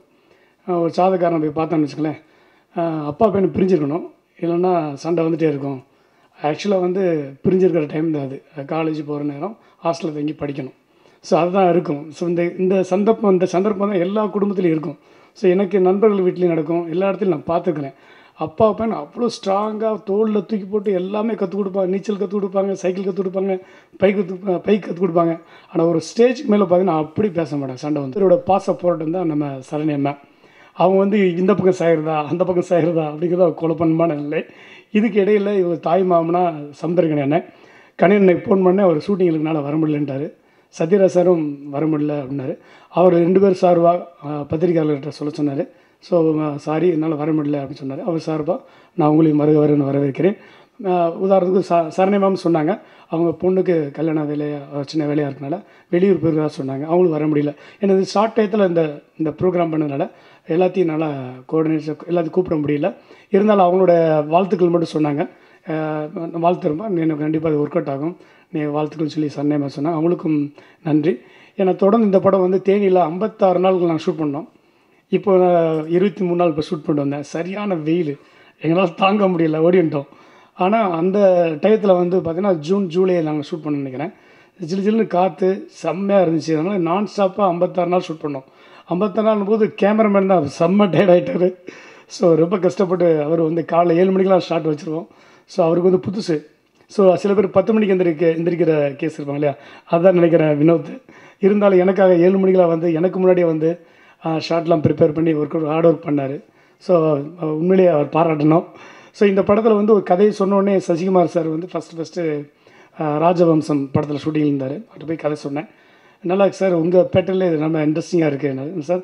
ஃபுல்லாக காமெடி தான், ரொம்ப சீரியஸான கதைலாம் நமக்கு பண்ண தெரியாது, வேட்டா வாங்க ஜாலியாக படம் பண்ணுவோன்னு. அதை கேட்டோன்னே ஒத்துக்கிட்டார் சசிகுமார் சார். அதேமாதிரி எனக்கு ஒரு பயம் இருந்துச்சு, சசிகுமாரோட ஒர்க் பண்ணுறோம், அவர் எப்படி நமக்கு கதைக்கு அடாப்ட் ஆவார் என்னன்னு தெரியலன்னு. ஃபஸ்ட் நாளே அவர் கிளியர் ஆயிடுச்சு எனக்கு. ஓகே டன், நம்ம ஒர்க் அவுட் பண்ணிட்டோம், கரெக்டாக ஒர்க் நம்ம நினைக்கிறது ஒர்க் அவுட் ஆகுதுன்னு சொல்லி. ஸோ அதே மாதிரி நமக்கு ஒர்க் பண்ணி கொடுத்தாரு. அவர் மிருனாளி ரவி தான் சொன்னார், சீமில் என்ன சொன்ன மாதிரி ராம் விட்டு இப்படி ஒரு ஆசைன்னு எனக்கும் தெரியாது. இருந்தாலும் பரவாயில்ல, மேடை சொல்லிட்டீங்கல்ல, ஒத்துக்கிட்டீங்கல்ல. ஸோ அது அந்தளவுக்கு மிருனாளி ரவி அந்த ரீச்சாக இருக்கான்னு ரொம்ப சந்தோஷம். நம்ம படத்தில் அவங்களும் உண்மையிலே என் கூட நான் 56 நாளும் கூட இருந்தாங்க. ஹோட்டல்லே இருப்பாங்க. ஷூட்டிங்லாம் நான் ஹோட்டலில் இருக்கணும், எங்கள் வெளியெலாம் போக விட மாட்டேன். ஏன்னா எப்போ எதுனாலும் சேஞ்ச் பண்ணுவோம். ஸோ அதுக்கு சப்போர்ட்டாக இருக்கும்போது நான் ஃபுல் டே இருக்கிறது வந்து பெரிய விஷயம். வேலை இல்லைனாலும் ரூம்லேயே தான் இருப்பாங்க, வெளியில் போக மாட்டாங்க. ஸோ அந்த ஒரே ஒரு நாள் மீனாட்சி அம்மன் கோயிலுக்கு போனேன்னு நினைக்கிறேன். ஸோ அந்தளவுக்கு என் கூட ஃபுல்லாக சப்போர்ட்டாக ஒர்க் பண்ணாங்க. அதுக்கப்புறம் பார்த்திங்கன்னா சத்யராஜ் சாரோட நான் ஒர்க் பண்ணும்போது அவர் எப்போவுமே வந்து எனக்கு தெரியும், ஏற்கனவே ஒரு வருத்தப்படாத லிஸ்ட்டுங்க ஒர்க் பண்ணதுனால ரொம்ப ஈஸியாக இருந்துச்சு அவரோட ஒர்க் பண்ணுறது. டக்குன்னு நான் புரிஞ்சுக்குவார், இந்த சீன் தானே ஓகே எடுன்னு. ஸோ அவருக்கு என்னோடய நன்றி, சரண்யமாக்கு நன்றி. கனி அண்ணன் இந்த கதை சொல்லும்போது அவர்கிட்ட ஒரு சர்ப்ரைஸ் சொன்னேன், ஆனால் டவுசரோட படம்லாம் வரணும். என்னடா என்ன போய் நான் வளர்த்தியாக இருக்கேன், என்ன போய் டவுசரோட வர சொல்கிறேன். அண்ணே நீங்கள் பண்ணுங்கள் நல்லாயிருக்கும் அப்படின்னேன். இல்லை எனக்கு செட் ஆகுமா தெரியலையே, வாங்க ஒரு ஃபோட்டோ ஷூட் எடுத்து பார்ப்போம். ஆனால் ஒரு டவுசரு, நான் ஊரில் வந்து லோட்மேன்லாம் இருப்பாங்க, அப்போ வேஸ்ட்டு கட்ட முடியாது, அதனால் டவுசரோடு இருப்பேன். அந்த பேட்டர்னில் ஒரு டவுசர் பிடிச்சோன்னே அவருக்கு செட் ஆகிடுச்சு. படத்தில் பார்த்தீங்கன்னா செட்டில் வந்து கேரவன் இறங்கி வரும்போது டவுசரோடு வந்துடுவார். ஸோ வித்தியாசமே இல்லை. ஸோ அந்த மாதிரி ஃபுல்லாக நடித்தார். அவர் மேலே உனக்கு நம்பிக்கை இருந்துச்சு. அண்ணன் சொல்லிட்டே இருப்பார், நான் நடிக்க வரும்போதே வடிவேல் மாதிரி நடிக்க தான் வந்தேன், அப்புறம் ஏதோ காலப்போக்கில் அந்த கேரக்டர் போயிட்டேன், என்னை திரும்பி அதே மாதிரி நடிக்க வச்சுருக்குறேன் அப்படின்னாரு. ஆனால் அவர் உடம்புக்குள்ளேயும் அவர் பாடி லாங்குவேஜ் ஒரு குட்டி வடிவேல் என்ன இருக்கார் அப்படிங்கிறது என்னால் கண்டுபிடிக்க முடிஞ்சது. ஸோ அவருடைய பெர்ஃபார்மன்ஸுக்கு என்னுடைய நன்றி. சிங்கமணி அண்ணன் வந்து ஃபஸ்ட்டு நான் வருத்தப்படாத சிங்கம் படம் பூஜை வந்து பெரியவளத்தில் போட்டோம்.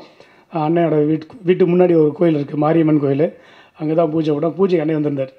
அண்ணன் சொல்கிறாரு, இந்த வருத்தப்பட எனக்கு கூப்பிடலன்னு. நான் கூப்பிட்டேன், அண்ணன் தான் பிஸியாக இருந்தார். ஆனால் மறந்துட முடியாது. ஆனால் பூஜைக்கு வந்திருந்தார். அப்போ ஒரு முக்கியமான விஷயம் எனக்கு சொன்னார், இன்னும் வாழ்க்கையில் ஒவ்வொரு படம் பண்ணும்போதும் அதை மட்டும் மனசு வச்சுங்க, நீ ஷூட்டிங் எடுக்கும்போது இங்கே நல்ல பேர் வாங்கிறதுக்கு நீ ட்ரை பண்ணாத, இங்கே ஒன்று திட்டட்டும், அவன் பண்ணிட்டான், செலவுத்து விட்டான், அது பண்ணிட்டான், 60 நாள் சொல்லிட்டு 65 நாள் இழுத்துட்டான் அப்படின்னு சொல்லி திட்டட்டும். ஆனால் இப்போ ஷூட் முடிஞ்சதுக்கப்புறம் ஃபுட்டேஜ் பார்த்தாங்கன்னா சந்தோஷப்படணும், அதுதான் உண்மையான வெற்றி. இங்கே உள்ளவங்களை சந்தோஷப்படுத்திட்டு அங்கே போய் படத்தை விட்டுட்டேன்னா ஒர்க் அவுட் ஆகாது. அதனால் படத்தை சக்ஸஸ் பண்ணுறதுக்கு கவனமாரு அப்படி அந்த தாராக மந்திரத்தை சொல்லி கொடுத்தாரு. இன்றைக்கும் நன்றினே, அதை தான் மைண்டில் வச்சுருக்கேனே. ஒரு படம் பண்ணும்போதும் நான் நினச்சி பார்ப்பேன், ஸோ ஓகே இங்கே நல்ல பேர் வாங்க ட்ரை பண்ணக்கூடாது, ஸோ படம் பார்க்கும்போது நல்ல பேர் வாங்கணும். இங்கே வந்து குறைக்கிறோம் அப்படின்னு காம்ப்ரமைஸ், ஒரு காம்ப்ரமைஸ் 2 காம்ப்ரமைஸ் அப்படி 10 ஐட்டம் போனால் நம்ம படம் மிஸ் ஆயிரும் அப்படிங்கிற விஷயத்தினால நான் வந்து அந்த விஷயத்தை இன்றைக்கும் நான் மறக்க மாட்டேன். எம்ஜி ராமச்சந்திரன் சார், நம்ம தம்பி ராம், ஜூனியர் எம்ஜிஆர், அவங்க ஃபேமிலியிலேருந்து வந்த ஒருத்தர், அவர்கிட்ட வந்து சொன்னேன், எம்ஜிஆர் மகனில் நீ வில்லன் நடிக்கிறீங்க அப்படி சொன்னேன். Super naturally பண்ணாப்புல. அவர் என்னுடைய ஃபுல் சப்போர்ட்டு. அவர் பழக்கருப்பி அதில் வில்லன் நடிச்சிருக்காரு, அவரோட பையனா ராம் நடிச்சிருக்கிறாங்க. ஸோ இந்த படத்தில் இவ்வளோ எல்லா டீமாக வந்து நல்லா ஒர்க் அவுட் பண்ணியிருக்கோம். ஆடியோ சைடு சொல்லணும்னா ஆண்டனி தாசன் என்கிட்ட ஃபஸ்ட்டு வந்தார். ஆண்டனி வந்து வருத்தப்பட வழிசனத்தில் இந்த ஃபஸ்ட்டு பாட்டு பாடும்போது நான் சொன்னேன், அன்றைக்கி இந்த பாட்டு பாடணும், உங்கள் வாய்ஸ் ரொம்ப பெக்யூலியராக இருக்குது அப்படின்னு சொல்லி அந்த படத்தில் வந்து பாடினார். பாடினதுக்கப்புறம் எனக்கும் அவருக்கும் நான் அடிக்கடி பேசுவோம். அவர் இந்த வாட்டி ஃபோன் பண்ணி கூப்பிட்டேன், சார் சொல்லுங்கள் சார், என்ன கேரக்டர் சார் எனக்கு வச்சுருக்கீங்க, எது மாதிரி கேரக்டர் சார்னார். இந்த படத்தில் நீங்கள் கேரக்டர்லாம் இல்லை, இந்த படத்தில் மியூசிக் பண்ணுறீங்கன்னு. சார் அப்படியான்னு கேட்டார். ஆமாண்ணே. ஏன்னு அவர் எனக்கு அப்பப்போ அந்த வாய்ஸில் அனுப்புவார், என்ன மாதிரி பாட்டை பாடிருக்கேன், என்ன மாதிரி இப்போ டியூன் இருக்குன்னு அப்போ அனுப்புவார். அப்போ அவர் 2 டியூன் மட்டும் சொன்னார். ஸோ பாடி காமிங்க என்ன, அந்த பாடி காமிச்சார். அந்த பாட்டு தான் ஏறெடுத்து பார்க்காம, அது ரொம்ப ரொம்ப பிடிச்சிருந்துச்சி. ஸோ இது நல்லா இருக்குது, இது ஒர்க் அவுட் பண்ணலாம், சரி நீங்கள் படம் மியூசிக் பண்ணலான்னு சொல்லி அப்படி கொடுத்தது அந்த வாய்ப்பு. அதை சரியாக பயன்படுத்திட்டார். அதேமாதிரி இதில் வந்து இறங்கி ஒர்க் பண்ணணும்னு நினச்சிட்டோம். புதுசாக லான்ச் பண்ணி நினச்சிட்டோம். அதில் வந்து கமர்ஷியல் எலிமெண்ட்லாம் போகாமல் யாருக்கு என்ன தேவையோ என்ன திறமை யாருக்குலாம் இருக்கோ அதெல்லாம் ஒன்று சேர்க்கணும் முடிவு பண்ணிட்டேன். அதனால் இந்த முருகன் மந்திரம் அண்ட் கடல் வேந்தன் இவங்க அதே இந்த பாடகர் எல்லாத்தையும் நாங்கள் ரிஸ்க் எடுத்து சரி ஓகே பண்ணுவோம், ஒன்று இறங்கி பண்ணிடுவோம். இதில் வந்து எஸ்டாப்ளிஷ்டாக ஆல்ரெடி சக்ஸஸ்ஃபுல்லானவங்க தான் பண்ணணும் அப்படின்னு மைண்ட் செட்டுக்கு போகாமல் திறமைக்காரங்களுக்கு வாய்ப்பு கொடுப்போம். உண்மையிலேயே ரியலாக டேலண்ட் இருந்தால் வாய்ப்பு தருவோம் அப்படின்னு தான் இந்த படத்தில் நிறைய பேருக்கு இந்த வாய்ப்பை நானே கிரியேட் பண்ணேன். உதாரணத்துக்கு கேமராமேனே எனக்கு யாருன்னே தெரியாது. அவர் வந்து நிழல் வாழைன்னு ஒரு படம் பண்ணார். அந்த படம் நல்லா இருந்துச்சு. ஸோ எனக்கு நிறைய நண்பர்கள் இருக்காங்க, கேமராமேன் கேமரா அசிஸ்டன்ஸ் எல்லாம் இருக்காங்க. அவங்களும் சார் என்ன சார் எங்கெல்லாம் கூப்பிடாம விட்டீங்கன்னு எனக்கு தெரியலைங்க, அந்த படம் பார்த்தேன் நல்லா இருந்துச்சு கூப்பிட்டு கொடுத்துட்டேன் அப்படி தான் சொன்னேன். ஸோ திறமைக்கு நம்ம மதிக்கணும் அப்படிங்கிற நானும் அப்படி தான் வந்திருக்கிறேன். ஸோ அந்த திறமையை மதித்து தான் இவ்வளோ பேருக்கு இந்த வாய்ப்பு. ஸோ அதேமாதிரி அவங்களும் சரியாக பயன்படுத்தியிருக்காங்க. அவங்களுக்கும் அதேமாதிரி இந்த படத்தில் வந்து வராதவங்க நிறைய இருக்காங்க. நம்ம ப்ரொடியூசர் பேர் சொல்லி ஆகணும், சுந்தர் சார். இந்த படத்தில் வந்து பட்ஜெட் கொடுக்கும்போது ஃபஸ்ட்டு கதை கேட்கல, பட்ஜெட் தான் கேட்டார். பட்ஜெட்டில் வந்து நிறையா முன்ன பின்ன இருந்துச்சு. ஏன்னா இன்றைக்கி இருக்கிற சுச்சுவேஷன் அப்போது கோவிட்டுக்கு முன்னாடி எடுத்ததுனால நிறைய செலவுகள்லாம் இருந்துச்சு. எனக்கு காம்ப்ரமைஸாக ஒரு படம் பண்ணுறோம், அதில் வந்து சுருட்டணுன்ற இருக்கக்கூடாது, நல்லா கிராண்டியாக பண்ணு தான் நம்ம அதில். ஸோ அதனால் சாங்லேயோ இதுலேயோ பண்ணும்போது அவர் வந்து சொன்ன பட்ஜெட்டை ஃபஸ்ட்டு இறங்கி வந்தார். அப்புறமா சார் ஓகே சார் நீங்கள் பண்ணுங்கள் சார் அப்படின்னு எனக்கு ஃபுல் சப்போர்ட் பண்ணார். இன்ன வரைக்கும் ஷூட்டிங் ஸ்பாட்டில் ஒரே ஒரு நாள் தான் வந்தார். அதுக்கப்புறம் வர நேரம் இல்லை. ஆக்சுவலாக இன்றைக்கி வர வேண்டியது அவருக்காக அவர் வர முடியல. அவருக்கு ஒரு சின்ன ஒரு உடம்பு சரியில்லைனால நான் அடுத்த வாட்டி நான் பார்த்துக்கிறேன்னு சொன்னார். அவருக்காகவும் இந்த ப்ரெஸ் பீப்புள் மத்தியில் அவருக்காகவும் நான் நன்றி சொல்லிக்கிறேன். அவர் தவறாக நினைக்காதீங்க, வர நேரம் இல்லாமல் போச்சு அவருக்கு. ஸோ அவர் வந்து எனக்கு ஃபுல் சப்போர்ட்னு சொல்லலாம். கம்பெனிலேருந்து எல்லாம் ஃபுல் சப்போர்ட் பண்ணாங்க. என்னென்ன தேவையோ அதையும் கொடுத்தாங்க. உதாரணத்துக்கு நான் ஒரு முடிவு எடுக்கிறேன்னா அதுக்கு சப்போர்ட் பண்ணணும் தயாரிப்பாளர், நம்பணும் நம்மளை. அந்த நம்பிக்கையான பிடிச்சது தான் சுந்தர் சார் சொல்லலாம். ஏன்னா ஒரு மியூசிக் டேரக்டர் சொன்னேன், ஆண்டியன்தாசன் சார் சொன்னேன், அப்படி உங்களுக்கு ஓகேவான்னாரு. எனக்கு ஓகே தான் சார்னு. இல்லை ப்ரீவியஸில் உங்களுக்கு கரெக்டாக இருக்குமா, உங்களுக்கு பேலன்சிங் கரெக்டாக இருக்க மாட்டேன், எனக்கு பாட்டு பிடிச்சிருக்கு சார், எனக்கு ஓகே சார், உங்களுக்கு ஓகே வேணேன், உங்களுக்கு பிடிச்சிருந்தா நீங்கள் பண்ணிங்க அப்படின்னு சப்போர்ட் பண்ணுறது அதுவே பெரிய விஷயம். ஒரு விஷயத்தை உருவாக்கும் போது தடையாக இல்லாமல் அதுக்கு சப்போர்ட் பண்ணுறது ரொம்ப முக்கியம் சினிமாவில். அந்த வகையில் எனக்கு நிறையா சப்போர்ட் பண்ணியிருக்காங்க கம்பெனி. ஸோ சுந்தர் சார் அவருக்கும் என்னுடைய நன்றி. இதேமாதிரி இந்த என்னுடைய கூட ஒர்க் பண்ண அசிஸ்டன்ட் டைரக்டர்ஸ் தப்பாக எடுத்துக்கலாம், அவங்கள மட்டும் நான் ஒரு வாட்டி மேடையில் கூப்பிட்டுக்கிறேன். தளபதி, வெங்கடேஷ், பவுன்ராஜ் அண்ட் பிரவீன் ஒரு நிமிஷம் மேலே வாங்க. And Muthupandi and Karthik please கொஞ்சம் ஒரு நிமிஷம் வாங்க எனக்காக. ஏன்னா எனக்கு வந்து என்னென்ன ஃபுல் படமும் எல்லா படங்களையும் பார்த்தீங்கன்னா தொடர்ந்து எல்லா படத்துக்கும் இரவு பகல எனக்கு முத்துக்குமார் மேலே வாங்க எல்லோரும் எனக்கு சப்போர்ட்டாக இருக்காங்க. ஸோ அவங்களுக்கு ஒரு சின்ன ஒரு வேல்யூ கொடுக்கணுன்னு தான் என்னுடைய ஆசை. பவுன்ராஜ் அதில் வந்து உங்களை பற்றி எல்லாம் தெரியும், நம்ம படத்தில் எல்லா படத்தில் நடிப்பார். அவர் உடம்பு சரியில்லாமல் தேடி இன்றைக்கி இறைவன் புண்ணியத்தில் நல்லா வந்திருக்காரு. ஸோ அவர் வந்து இங்கே வாங்க அப்படியே வாங்க. ரொம்ப நன்றி. இந்த படத்தை வந்து நிறைய உழைச்சிருக்கிறோம் கஷ்டப்பட்டு. பத்திரிகையாளர்களாக நீங்கள் எனக்கு ஃபுல்லாக சப்போர்ட் பண்ணணும் நான் அன்புடன் கேட்டுக்கொள்கிறேன். நன்றி, வணக்கம். எல்லோருக்கும் வணக்கம். ரொம்ப நாளைக்கு அப்புறம் இப்படி ஒரு ஃபங்க்ஷனில் வர்றோம், சந்தோஷமாக இருக்குது. எம்ஜிஆர் மகன் பொன்ராம் சார் எனக்கு வந்து கதை சொல்லும்போது எனக்கு ரொம்ப பிடிச்சிருந்தது. ஏன்னா இது அவரோட ஸ்டைலில் நாங்கள் நடிக்கிற படம். அதுக்கு அவருக்கு நன்றி சொல்கிறேன். எப்படி வருத்தப்படாத வாலிபர் சங்கம் இந்த படங்கள்லாம் இருந்ததோ அதே மாதிரியும் இந்த படம் இருக்கும். ஏன்னா அந்த டைப்பில் தான் இருக்கும். ஸோ நானும் கனிசாரும் அப்படின்னு காம்பினேஷன் சொல்லும்போதே சரி 2 பேரும் நடிச்சிருக்கோம், அது மாதிரி தான் இருக்கும் போலுக்கு அப்படின்னு நினச்சோம். ஆனால் படம் அவர் கதையாக சொல்லும்போது பார்த்திங்கன்னா அவ்வளோ என்டர்டெயின்மெண்ட் காமெடி தான் ஃபுல்லாக. அது முன்னாடியே சொல்லிட்டார் அப்படி தான் சார் இருக்குன்னு. ஸோ அவர் படத்துக்கு தான் நம்ம அடாப்ட் பண்ணணும் அப்படின்னு நினச்சோம். ஸோ அதுதான் படத்தில் இருந்தது. ஏன்னா எனக்கும் கணேஷாருக்கும் சகோவுக்குமே ரொம்ப புதுசாக இருந்தது இந்த படம். என்ன புதுசாக இருந்ததுன்னா நாங்கள் 2 பேரும் தான் எல்லாருக்கும் அறிவுரைகள் சொல்லுவோம், புத்திமதி சொல்லுவோம், எல்லா படத்துலையும் எல்லாருக்கும் சொல்லுவோம். இந்த படத்தில் ஊரே எங்களுக்கு அறிவுரையும் புத்திமதியும் சொல்லுது. எங்கள் அம்மாட்ட திட்டு வாங்குவோம், எங்கள் அம்மாவுக்கு நான் அட்வைஸ் பண்ணுவேன். எங்களுக்கே புதுசாக இருந்தது. சரண்யமாகவே என்ன நான் ஒன்று திட்டுறேன் அப்படின்வாங்க. ஸோ இந்த இதெல்லாம் எங்களுக்கு புதுசாக இருந்தது. ஸோ படம் அவ்வளோ ஜாலியாக இந்த படத்தை வந்து அவ்வளோ அழகாக எடுத்துகிட்டு போனார் பொன்ராம் சார். இப்போ அசிஸ்டன்ட் டைரக்டர்லாம் கூப்பிட்டு அவர் எல்லாத்தையும் நிற்க வச்சு எல்லாரையும் இது பண்ணார். அது வந்து ரொம்ப அசிஸ்டன்ட் டைரக்டர் ரொம்ப கொடுத்து வச்சாங்க அவர்கிட்ட ஒர்க் பண்ணது. நானே பார்த்துருக்கேன். அது வந்து கோவமே பட மாட்டார், வராது. ஒரு காஸ்டியூம் பிரச்சனையில் கூட வந்துச்சு, என்ன சார் மாற்றிட்டாங்க, வாட்சை மாற்றிட்டாங்க அப்படின்லாம் நான் சொன்னேன். கீழே விழும்போது அவர் சிரிச்சுட்டு இல்லை அதை மாற்றிடுவோம் சார், சாரி சார் அப்படின்னு சொல்லிட்டு அப்படி இது பண்ணார். ஸோ கோவமே வராமல் அசிஸ்டன்ட் டைரக்டர் அவ்வளோ அழகாக அவங்க வேலை பார்க்குறதும் சரி, கோவப்படாமல் ஒரு வேலை வாங்குறதும் சரி அவ்வளோ அழகாக வச்சுருந்தார். ஸோ அவர் இப்படி ஒரு எப்படி படத்தில் வந்து அவர் படம் ஜாலியாக இருக்குமோ அதே மாதிரி அசிஸ்டன்ட் டைரக்டரும் சரி அந்த யூனிட்டே குடும்பமாக அவ்வளோ ஜாலியாக இருக்கும். ரொம்ப சந்தோஷமாக கலகலப்பாக இருக்கும். அதே மூடில் தான் நடிப்போம். அப்புறம் சத்யராஜ் சார் இந்த படத்தில் அவர் எனக்கு அப்பாவாக நடிச்சிருக்காரு. எம்ஜிஆர் வரும்போதே அவர் முன்னாடி சொன்னது தான் எம்ஜிஆர் அவர்கள் பேர் இருக்கனால, ஏன்னா அவரோட ரசிகர் வெறியர் அவர், எம்ஜிஆர் அவர்களோட வெறியர். அந்த பேரை சொல்லி வேறு வாடான்னு கூட சொல்லக்கூடாது அப்படின்ற ஒரு கண்டிஷன்ஸ் வந்து போட்டார் அவர்கிட்ட. ஏன்னா படத்தில் அதில் எம்ஜி ராமச்சந்திரன் வராது, வேறு பேர் தான் வரும் அவருக்கு. ஆனாலும் அதை கண்டிப்பாக சொன்னாங்க. ஏன்னா அவரோட வெறியர். ஏன்னா எம்ஜிஆர் சாரை பற்றி அவர் அவ்வளோ சொல்லியிருக்காரு, தலைவரை பற்றி அவ்வளோ விஷயங்கள் எல்லா விஷயத்தையும் பகிர்ந்துக்குவார். ஜூனியர் எம்ஜி ராமச்சந்திரன் வரும்போது நான் அவர் ராமச்சந்திரன் கூப்பிடலாம்னு எனக்கு பயம் இருந்தது. சத்யராஜ் சர்மா இப்படி கூப்பிடக்கூடாது, ராமுன்னு தான் கூப்பிடுவேன் இப்போ வரைக்கும். ராமு அண்ணன் கூட சில சமயம் கூப்பிடலாம் போல தோணும், அப்படி தான் இருக்கும். ஏன்னா அந்த மரியாதை, அதை அந்த பேரை கூட களங்கப்படுத்தக்கூடாது அப்படின்ற இதை இத்தனை அடுத்தடுத்த ஜென்ரேஷனுக்கு சொல்லிட்டு வராங்க பார்த்தீங்களா, அது சாதாரண விஷயம் கிடையாது. எம்ஜிஆர் அவருடைய மாபெரும் அவருக்கு ஒரு கிடைத்த பெரிய கிஃப்ட், அது ஒரு கடவுள் ஆசீர்வாதம் தான் சொல்லணும். ஏன்னா அடுத்தடுத்த ஜென்ரேஷன் அவரை பற்றி சொல்லிக்கிட்டே இருக்காங்க பார்த்தீங்களா, அது ரொம்ப இதாக இருந்தது. சத்யராஜ் சாரோட பணியாற்றி வந்து எனக்கு ரொம்ப சந்தோஷமாக இருந்தது. ஏன்னா அத்தனை படம் ஹீரோவாக பண்ண ஒரு விஷயம். இதில் நான் டைரக்டர்கிட்ட ஒரே ஒரு வேண்டுகோள் தான் ஒருத்தன் கடைசி வரைக்கும், அப்புறம் கடைசி ஒத்துக்கிட்டார். அது என்னென்னா, நான் வந்து அவர் பேர் போடும்போது சசிகுமார் சத்யராஜன் போட்டார். நான் சொன்னேன், அவர் அவ்வளோ படம் பண்ணியிருக்காரு, ஹீரோவாக பண்ணியிருக்காரு, அவருக்கு நம்ம மரியாதை கொடுக்குற ஒரு விஷயம் சத்யராஜ் அண்ட் சசிகுமார்னு போடுங்க, அதுதான் கரெக்டாக இருக்கும் அப்படின்னு சொன்னேன். ஸோ அது ட்ரெய்லர் பார்த்தோன்னே எனக்கு சந்தோஷமாக இருந்தது. அதை மாற்றிட்டார். அதில் மாற்றிருக்கீங்கல்ல ட்ரெய்லரில், ஸோ தேங்க்யூ அப்படின்ற விஷயம் ரொம்ப சந்தோஷமாக இருந்தது. சரண்யா அம்மா எல்லாரோடையும், சிங்கம்புலி அண்ணன், நாங்கள்லாம் ஒரே இடத்துல தான் உட்காந்து சாப்பிடுவோம். கேரவனுக்கெல்லாம் போக மாட்டோம். நாங்கள் ஒரே இதில் தான், நான் கனி அண்ணன் சிங்கம்புலி அண்ணெல்லாம் உட்காந்து சிரிச்சுட்டு பல விஷயங்கள் பேசிகிட்டு இருப்போம். சத்யராஜாரே எங்களோட வந்து உட்காந்து சாப்பிடுவார். நானும் எங்கே சாப்பிட போகிறீங்க, வெளியில் தான் உட்காந்து நானும் வரேன்னு சொல்லுவார்.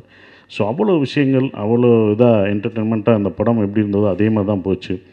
அப்புறம் வந்து ஹீரோயின் மிருணாளினி, நான் ஸ்பேஸ் கொடுத்தேன்னு சொன்னாங்க. ஆனால் படத்தில் எடுத்தோன்னே எங்களுக்கு வந்து ஃபஸ்ட்டே பழக கூட இல்லை, ஹாய் கூட சொல்லலை, அதுக்குள்ளேயும் சாங்கு அந்த ஏறெடுத்து பார்க்காம அந்த சாங்கை கொடுத்துட்டாங்க.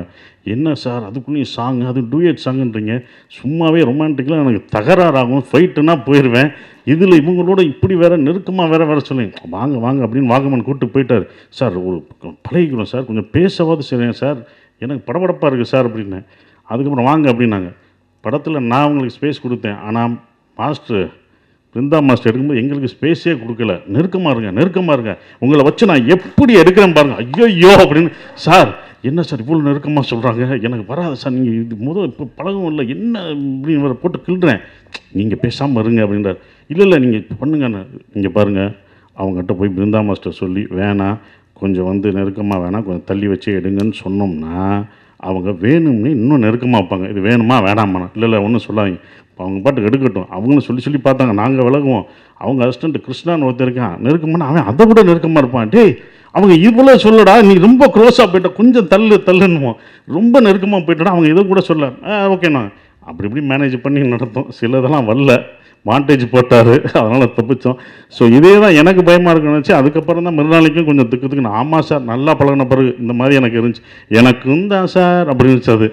ஸோ அப்படி தான் இருந்தது. ஸோ அவங்க நடிக்கும்போதும் சரி, அவங்களுக்கு இந்த படம் வந்து உண்மையாகவே ஒரு நல்ல விஷயம், கிஃப்ட். ஏன்னா எல்லாமே experience artist, Sathyaraj sir, Saranya அம்மா, இவங்களோடலாம் நடிக்கிறது அவங்களுக்கு வந்து ஒரு பெரிய விஷயம். ஏன்னா இந்த மாதிரி எக்ஸ்பீரியன்ஸ் ஆர்டிஸ்டோட நடிக்கிறது வந்து அவ்வளோ ஈஸி இல்லை. ஆனால் எனக்கே நான் அவர்கிட்ட நிறையா கற்றுக்கிட்டோம். நாங்களும் அவர்கிட்ட அந்த டைமிங் சென்ஸு எல்லா விஷயமும் நம்ம கற்றுக்கிற ஒரு விஷயம் தான், எப்போதுமே கற்றுக்கிட்டுப்போம். அவர்கிட்ட நாங்கள் கற்றுக்கிட்டோம், அது என்றைக்குமே மறக்க முடியாது. அப்புறம் வந்து அந்தோனிதாசன் சார் மியூசிக் டைரக்டர், அவர் தான்.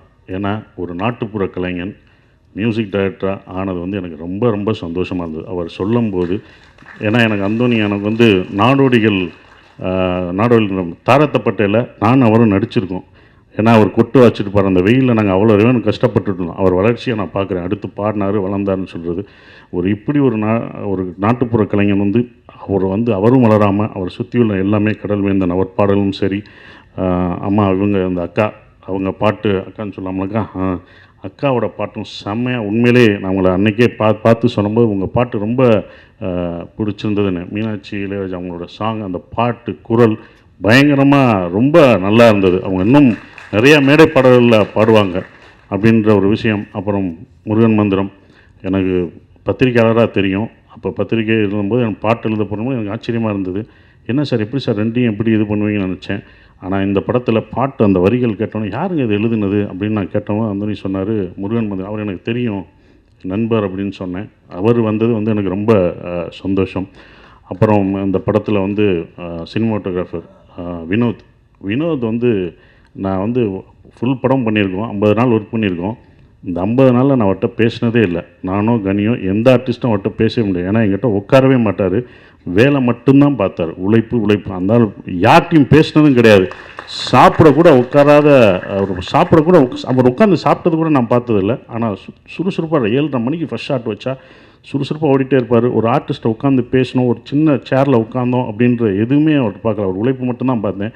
கடைசி நாள் போகும்போது தான் நான் ஒரு ஃபோனில் தான் பேச முடிஞ்சு. அன்றைக்கும் ஷூட்டிங் போயிட்டே இருந்தது, ஃபோனில் தான் அவருக்கு பேசினேன். உங்களோட ஒர்க் பண்ணதுக்கு எனக்கு ரொம்ப சந்தோஷமாக இருந்தது. அவ்வளோ உங்களுடைய உழைப்பு எனக்கு பிடிச்சிருந்தது. நீங்கள் என்னை எப்படி எடுத்திருக்கீங்க அப்படின்றதான் அடுத்த விஷயம். ஆனால் உங்களுடைய உழைப்பு வந்து எனக்கு அவ்வளோ பிடிச்சிருந்ததுன்னு சொல்லி தான் அடுத்த படத்தில் நான் வந்து ஒரு படம் சொல்லும்போது வினோத்தை இது பண்ணுங்கன்னு சொல்லி ரெக்கமெண்ட் பண்ண போகிறோம். நாங்கள் அடுத்து ஒரு படம் பண்ணுவோம், அவர் கூட இன்னும் அடுத்தடுத்து நான் படம் பண்ணுவேன். ஸோ என்றைக்கும் மறக்க முடியாத படங்கள். இந்த படங்கள் தேட்டரில் பாருங்கள், மாஸ்க்கு போட்டுட்டு கவனமாக பார்க்கணும். ஸோ நிறைய இதெல்லாம் வருது, அதெல்லாம் தாண்டி தான் சினிமா என்றைக்கும் ஜெயிக்கும். சினிமாவுக்கு என்றைக்குமே அழிவு கிடையாது, அது என்றைக்கும் இருக்கும். எத்தனை விஷயங்கள் வந்தாலும் டெக்னாலஜி வந்துக்கிட்டே தான் இருக்கும், அதுக்கும் அழிவு கிடையாது. ஆனால் அதை மீறி சினிமா என்றும் டூரிங் டாக்கீஸ்லேருந்து ஓடிக்கிட்டு தான் இருக்கும். சினிமான்னா ஓடிக்கிட்டு தான் இருக்கும் என்றும், அதுக்கு என்றைக்கும் அழிவே கிடையாது. இந்த படம் வெற்றியடைய ஆண்டவனை வேண்டிக்கிறேன். நன்றி, வணக்கம்.